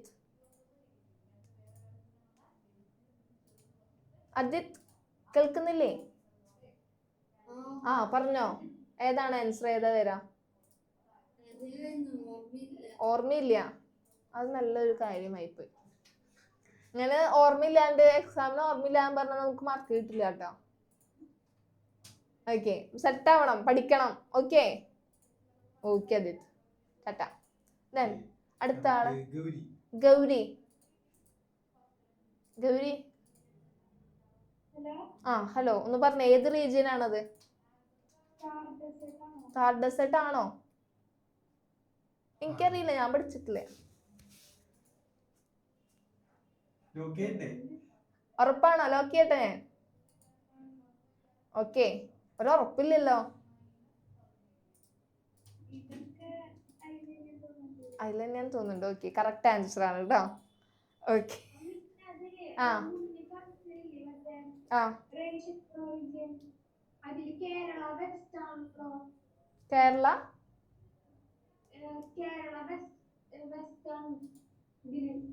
എടാ വെസ്റ്റേൺ ഘട്ട്സ് ആണ് പറഞ്ഞത്. ഓക്കെ ഓക്കെ നിങ്ങൾ ക്വസ്റ്റ്യൻ ഒന്ന് വായിച്ചു നോക്കിയേ. Moisture laden winds from the Arabian Sea bring heavy rainfall to Kerala while neighboring state of Tamil Nadu receive comparatively less rainfall due to the presence of mountain barrier. Okay, ഈ ഒരു mountain barrier കാരണം എന്താണ് അവിടെ ഒരു മഴ ലഭിക്കുന്നില്ല. Okay, ഏത് mountain barrier ആണ്? വെസ്റ്റേൺ ഘട്ട്സ് കാരണമാണ്. അത് ഉള്ളത് കൊണ്ടാണ് തമിഴ്നാട്ടിൽ മഴ ലഭിക്കാത്തത്. ഓക്കെ, സെറ്റായി. പക്ഷെ അതുള്ളത് കൊണ്ടാണ് ഇവിടെ മഴ ലഭിക്കുന്നത്, കേരളത്തിൽ കിട്ടുന്നത്. ക്ലിയർ ആയോ? ഓക്കെ. മഴ എന്ന് വെച്ചാൽ അത്രയും കാറ്റ് വരുമ്പോൾ ആ ഒരു കാറ്റിന്റെ മോയ്സ്ചർ കണ്ടത് തമിഴ്നാടിന്റെ ഭാഗത്തേക്ക് ആ ഒരു വിൻഡ് അടിക്കുന്നില്ല, അതുകൊണ്ട് തമിഴ്നാട്ടിൽ കിട്ടുന്നില്ല. പക്ഷെ ആ വിൻഡ് എന്താണ് കേരളത്തിന്റെ ഭാഗത്തുള്ള ഗട്ട്സിൽ അടിക്കുന്നത് കൊണ്ടാണ് നമുക്ക് മഴ ലഭിക്കുന്നത്. Okay okay. അപ്പൊ ഇതിന്റെ ആൻസർ പറഞ്ഞു അല്ലെ, താർ ഡെസേർട്ട് ആണ് കറക്റ്റ് ആൻസർ പറയുന്നത്. ഓക്കെ. അപ്പൊ തെറ്റിച്ചവരൊക്കെ ഉണ്ടെങ്കിൽ നോട്ട് ചെയ്ത് പോവാ കേട്ടോ. എന്താണ് ത്രൂ ഔട്ട് അവിടെ ആ ഒരു ഇയർ എടുത്ത് നോക്കുമ്പോൾ, ഒരു വർഷം ഫുൾ എടുത്ത് നോക്കുമ്പോൾ എന്താണ് അവിടെ ലോ റെയിൻഫോൾ എന്ന് വെച്ച് കഴിഞ്ഞാൽ ആ വർഷം മുഴുവനും വളരെ കുറഞ്ഞ മഴ മാത്രമേ ആ ഒരു പ്രദേശത്ത് ലഭിക്കുന്നുള്ളൂ. ദെൻ ആ ഒരു പ്രദേശത്ത് അതുകൊണ്ട് തന്നെ ഏത് സസ്യങ്ങളായിരിക്കും കൂടുതലായിട്ട്? മുള്ളുകളൊക്കെ ഉള്ള കുറ്റിക്കാടുകളും അതുപോലെ തന്നെ വരണ്ട ഒരു സാഹചര്യമായിരിക്കും, കള്ളിച്ചെടികളുമാണ് അവിടെ കൂടുതലും ഉണ്ടാവുന്നത്. ആ പ്രദേശത്തെ പറയുന്ന പേരാണ് താർ ഡെസേർട്ട് എന്ന് പറയുന്നത്. Okay. The region mentioned above is the Thar Desert, which is known for low rainfall and sparse vegetation. Okay. അവിടെ എന്താണ് വരണ്ട കാലാവസ്ഥ ആയിരിക്കും. ഓക്കെ. ഡെസേർട്ട് എന്ന് പറയുമ്പോൾ കുറച്ച് വരണ്ടത് തന്നെയായിരിക്കും, പക്ഷെ നമ്മൾ അവിടെ എക്സ്പ്ലെയിൻ ചെയ്ത ഒരു കാര്യം താർ ഡെസേർട്ടിനെ കുറിച്ചാണ് കേട്ടോ. ഓക്കെ ഓക്കെ അല്ലേടാ? ഓക്കെ. നോട്ട് ചെയ്ത് പോവാട്ടാ, ഇമ്പോർട്ടന്റ് ആണ്. Okay. Then during the Mughal period, okay, മുഗളിനെ പഠിച്ചു കഴിഞ്ഞവരുണ്ടോ? ടാറ്റ കാണിച്ചേ. യെസ്, പഠിച്ചു കഴിഞ്ഞിട്ടാണ് ഇരിക്കുന്നത്. During the Mughal period, a system was followed in which the position and status of officers were determined by the number of soldiers they were expected to maintain for the empire. Malayalam കൂടി നോക്കാം. മുഗൾ കാലഘട്ടത്തിൽ സാമ്രാജ്യത്തിന് വേണ്ടിയിട്ട് അവർ നിലനിർത്തേണ്ട കുറച്ച് സൈനികരുടെ എണ്ണത്തിനനുസരിച്ച് ഉദ്യോഗസ്ഥരുടെ സ്ഥാനവും പദവിയും നിർണയിക്കുന്ന ഒരു സമ്പ്രദായം ഉണ്ടായിരുന്നു അല്ലേ? അവർക്ക് ഇത്രയും മെമ്പേഴ്സിനെ അല്ലെങ്കിൽ ഇത്രയും സൈനികരെ, ഇത്രയും ആർമി മാൻസിനെ മാത്രം കൊണ്ട് നടക്കണം, എങ്കിലാണ് അവരുടെ പൊസിഷൻസ് ഇൻക്രീസ് ആവുള്ളൂ. അപ്പൊ ആ ഒരു സമ്പ്രദായത്തിന്റെ പേര് എന്താണെന്നാണ് ചോദിച്ചിരിക്കുന്നത്. ഓക്കെ. ഒരാളോട് ചോദിക്കാം സാർ. ശ്രേയ എന്ന് പറഞ്ഞേ, എന്താണ് ആ ഒരു സമ്പ്രദായത്തിന്റെ പേരെന്താണ്? ആ ഒരു സിസ്റ്റത്തിന്റെ പേരെന്താ? ആണോ? ഞാൻ ആണോ എന്ന് ചോദിച്ചു കഴിഞ്ഞാൽ ആണെന്നൊന്നും പറയില്ല കേട്ടോ. ആണെന്ന് പറഞ്ഞാൽ മാത്രമേ ഞാൻ കറക്റ്റ് പറയുള്ളൂ. യെസ്. ഓക്കെ. ലോക്കിയായിട്ടോ ശ്രേയ? പറഞ്ഞോ? യെസ്. ഓക്കെ. കറക്റ്റ് ആൻസർ ആണ് കേട്ടോ. മൻസബ്ദാരി സിസ്റ്റം ആണ് കറക്റ്റ് ആൻസർ ആണ്. കുറെ പേര് ചാറ്റ് ബോക്സിൽ ഇട്ടിട്ടുണ്ട് കേട്ടോ, കുറെ പേര് ഇട്ടിട്ടുണ്ട്. കറക്റ്റ് ആണ് കേട്ടോ. അപ്പൊ മൻസബ്ദാരി സിസ്റ്റം ആണ് ഫസ്റ്റ് പറയുന്നത്. നമ്മൾ എക്സ്പ്ലെയിൻ ചെയ്ത കാര്യം മൻസബ്ദാരി സിസ്റ്റം ആണ്. ദെൻ ആ ഒരു സിസ്റ്റം ഇൻട്രൊഡ്യൂസ് ചെയ്തത് ആരാണ്? ആരാണ് ഈ ഒരു സിസ്റ്റം ഇൻട്രൊഡ്യൂസ് ചെയ്തത്? വേഗം ഒരാളൊന്ന് ചാറ്റ കാണിച്ച് വേഗം പറഞ്ഞോ. ആരാണ് ഇൻട്രൊഡ്യൂസ് ചെയ്തത്? യെസ്, വേഗം ഒരാളെ വിളിക്കാം. അൻഷിത്. അൻഷിത് രണ്ട് കൈ കൊണ്ട് ടാറ്റ. ഓക്കെ അൻഷിത് പറഞ്ഞോ, ആരാണ്? പറഞ്ഞോ. യെസ്. ഓക്കെടാ, സെറ്റാണ്. അക്ബർ ആണ് ഈ മൻസബ്ദാരി സിസ്റ്റം ഇൻട്രൊഡ്യൂസ് ചെയ്തത്. എല്ലാവരും നോട്ട് ചെയ്ത് പോവാ. ദെൻ ഈ സംവിധാനത്തിൽ ഉപയോഗിച്ചിരിക്കുന്ന മൻസബ് എന്ന പദത്തിന്റെ അർത്ഥം വിശദീകരിക്കുക. Explain the meaning the term mansab. Okay. ആ ഒരു ടേം എക്സ്പ്ലെയിൻ ചെയ്യണം. എന്താണ് മൻസബ്? ഓക്കെ, നോക്കാം. The term mansab indicate the number of soldiers an officer had to maintain. Okay, mansab എന്നത് ഒരു ഉദ്യോഗസ്ഥൻ നിലനിർത്തേണ്ട സൈനികരുടെ എണ്ണത്തെയാണ് സൂചിപ്പിക്കുന്നത്. ഓക്കെ. അപ്പൊ അവരെന്താണ്, ഒരു സൈനികനെ, എത്രത്തോളം സൈനികനെയാണ് നമ്മൾ കൺട്രോൾ ചെയ്യുന്നത് അല്ലെങ്കിൽ മെയിൻറ്റെയിൻ ചെയ്യുന്നത്, ആ ഒരു നമ്പറിനെയാണ് മൻസബ് എന്ന് പറയുന്നത്. ഓക്കെ, സെറ്റാണോ? ഓക്കെ. എഴുതി കഴിഞ്ഞവരെല്ലാരും വേഗം സ്ക്രീനിലേക്ക് കാണിച്ചേ. വേഗം എല്ലാരും കാണിക്കാം. എല്ലാരും കാണിക്കണം കേട്ടോ. ആരും എഴുതാണ്ടിരിക്കേണ്ട, എല്ലാരും കാണിക്കാം. മുമ്പ് കഴിഞ്ഞതാണെങ്കിലും കാണിക്കാം കേട്ടോ. നേരത്തെ ആൻസർ കഴിഞ്ഞിട്ടുണ്ടാവും, അതായാലും കാണിക്കാം. വേഗായിക്കോട്ടെ. നിവേദ്യ ഒന്ന് കാണിച്ചേ. യെസ്. ഓക്കെ. ഓക്കേടാ, കാണിച്ചവരൊക്കെ വേഗം വെച്ചോളൂ. ബാക്കിയുള്ളവർ വേഗം എഴുതാം. മൻസബ്ദാരി സിസ്റ്റം എന്ന് പറഞ്ഞാൽ എന്താണ്, അതുപോലെ തന്നെ അത് ഇൻട്രൊഡ്യൂസ് ചെയ്തത് ആരാണ്, ഇതൊക്കെ ഇമ്പോർട്ടൻ്റ് ആയിട്ട് പഠിക്കേണ്ട കാര്യങ്ങളാണ്. ഓക്കെ.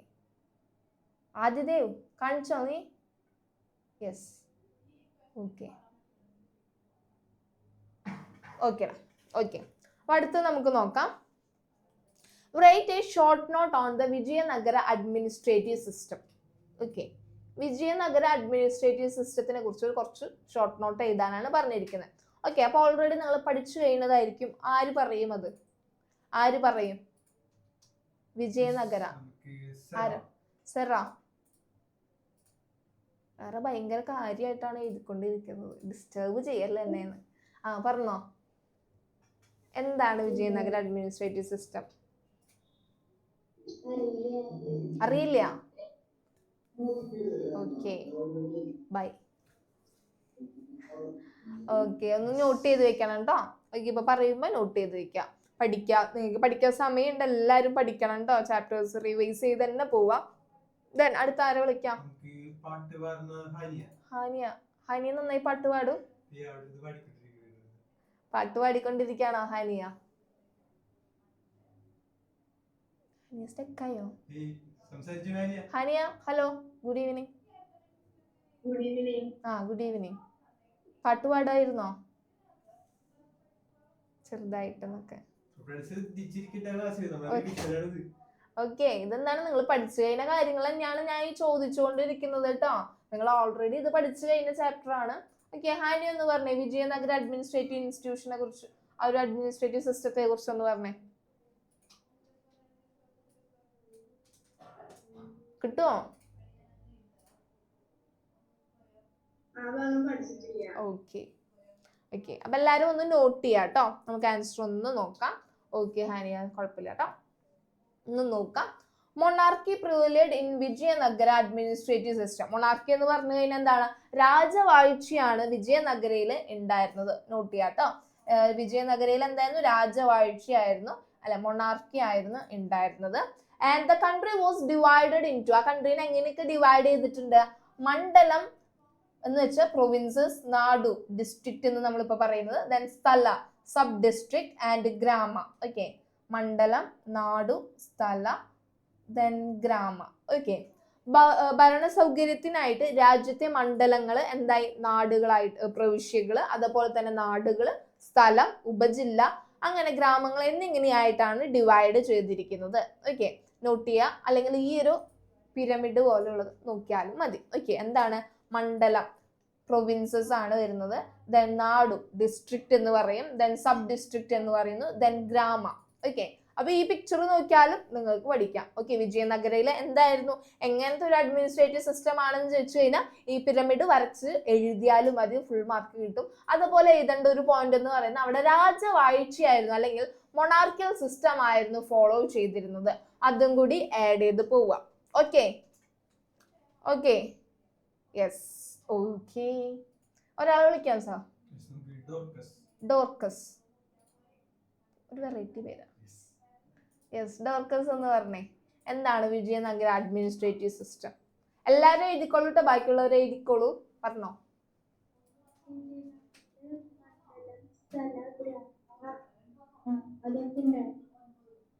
അവിടെ എങ്ങനത്തെ എന്തായിരുന്നു രാജവാഴ്ചയായിരുന്നു അവിടെ ഉണ്ടായിരുന്നത്? Yes, monarchy. ഓക്കെടാ, മൊണാർക്കി ആയിരുന്നു അവിടെ ഉണ്ടായിരുന്നത്. ഓക്കെ, ആദ്യദേവ പാട്ടൊക്കെ പാടിയിട്ടാണ് എഴുതണത് അല്ലേ? അല്ലേ? അവനപ്പം ഉണ്ടാണ്ടായി. പാട്ട് പാടണോ? വേണ്ട. ഓക്കെ, ദെൻ മെയിൻ ആയിട്ട് ഈ കാര്യങ്ങളാണ് അവിടുത്തെ അഡ്മിനിസ്ട്രേറ്റീവ് സിസ്റ്റത്തിൽ വരുന്നത്. ദെൻ അതിൽ ആഡ് ഓൺ ചെയ്യേണ്ട കുറച്ച് കാര്യങ്ങളാണ്. There was a cabinet to help the king. കിങ്ങിനെ ഹെൽപ്പ് ചെയ്യാനായിട്ട് അവിടെ എന്താണ്? ഒരു മന്ത്രിസഭ ഉണ്ടായിരുന്നു, അഥവാ ക്യാബിനറ്റ് ഉണ്ടായിരുന്നു. Okay, then the king had the power to demote and punish the minister. Okay, ഒരു കിങ്ങിനെ പുറത്താക്കാനോ അല്ലെങ്കിൽ പണിഷ് ചെയ്യാനോ അവിടെ മിനിസ്റ്റേഴ്സ് ഉണ്ടായിരുന്നു. ആൻഡ് അതുപോലെ there were courts at various level for the administration of justice. കോർട്സുകൾ ഉണ്ടായിരുന്നു, ക്യാബിനറ്റ് ഉണ്ടായിരുന്നു. ആൻഡ് ഒരു മന്ത്രിയെ പുറത്താക്കാനോ പനിഷ്മെന്റ് കൊടുക്കാനാണെങ്കിലും കിങ്ങിന് അധികാരം ഉണ്ടായിരുന്നു. നോട്ട് ചെയ്ത് പോവാട്ടോ. Then appellate authority was the king himself. Appeal അധികാരി എന്ന് പറയുന്നത് രാജാവ് തന്നെയാണ്, എല്ലാം ഡിസൈഡ് ചെയ്യുന്നത് രാജാവ് തന്നെയാണ്. And minor offences and labour dispute will deal with by the village court themselves. ചെറിയ ചെറിയ കേസസ് ഒക്കെ ആണെങ്കിൽ അത് ആരായിരിക്കും കോർട്ട് ഔട്ട് എന്ന് വെച്ചാൽ സോൾവ് ചെയ്യുന്നത് വില്ലേജസിലുള്ള കോർട്ടുകൾ തന്നെയായിരിക്കും. ഓക്കെ, അവിടെ ഒരു അധികാരി അല്ലെങ്കിൽ കോർട്ട് വില്ലേജ് ഓഫീസർ അങ്ങനെ പോലെയുള്ള ഓഫീസേഴ്സ് ഒക്കെ ആയിരിക്കും അവിടെ ഉള്ള കാര്യങ്ങൾ മെയിൻറ്റെയിൻ ചെയ്ത് പോകുന്നത്. ഓക്കെ, അപ്പൊ ഇത്രയുമാണ് വിജയനഗരയുടെ കുറച്ച് ഡീറ്റെയിൽസ്. ആ ഡിവിഷൻസ്, ആ ഒരു പിരമിഡ് ഒന്ന് നോട്ട് ചെയ്ത് വെക്കാം. ദെൻ അത് കഴിഞ്ഞിട്ട് ക്യാബിനറ്റ് ഉണ്ട് എന്ന് നോട്ട് ചെയ്യാം. ദെൻ കോർട്സ് ഉണ്ടായിരുന്നു വിജയനഗരയിൽ, കേസസ് ഒക്കെ നോക്കാൻ കോർട്സ് ഉണ്ടായിരുന്നു. ദെൻ കിങ് എന്തെങ്കിലും ചെയ്ത് കഴിഞ്ഞാൽ അല്ല കിങ് അല്ല മിനിസ്റ്റേഴ്സിനെ പനിഷ്മെന്റ് ചെയ്യാനും അതേപോലെ തന്നെ പുറത്താക്കണമെങ്കിൽ ആ ഒരു മിനിസ്റ്ററിനെ പുറത്താക്കണമെങ്കിൽ കിങ്ങിന് അധികാരം ഉണ്ടായിരുന്നു. അപ്പൊ കിങ് ആണ് സുപ്രീം അതോറിറ്റി എന്ന് ഓർത്തു വെക്കാം. ഓക്കെ, സെറ്റ് അല്ലേ? യെസ്, സെറ്റ് ആണ്. നമുക്ക് എക്സാം സ്റ്റാർട്ട് ചെയ്യാം അല്ലേ? പിരമിഡ് മാത്രം വരച്ച് എഴുതിയ കറക്റ്റ് ആണ് കേട്ടോ. ഓക്കെ, അത് നമ്മളുടെ മാർക്കിനനുസരിച്ച് എഴുതാം. ഓക്കെ, അപ്പൊ ഇതും കൂടി ഒന്ന് ആഡ് ഡൗൺ ചെയ്യണം. അവിടെ കിങ്ങിനെ സഹായിക്കാൻ ഒരു മന്ത്രിസഭ ഉണ്ടായിരുന്നു എന്നൊക്കെ അറിഞ്ഞിരിക്കണം. ഓക്കെ, അപ്പൊ എല്ലാവരും വേഗം പാരന്റ്സിനൊക്കെ വിളിച്ച് റെഡി ആയിട്ട് ഇരിക്കാം കേട്ടോ. എക്സാം സ്റ്റാർട്ട് ചെയ്യാം. ഓക്കെ.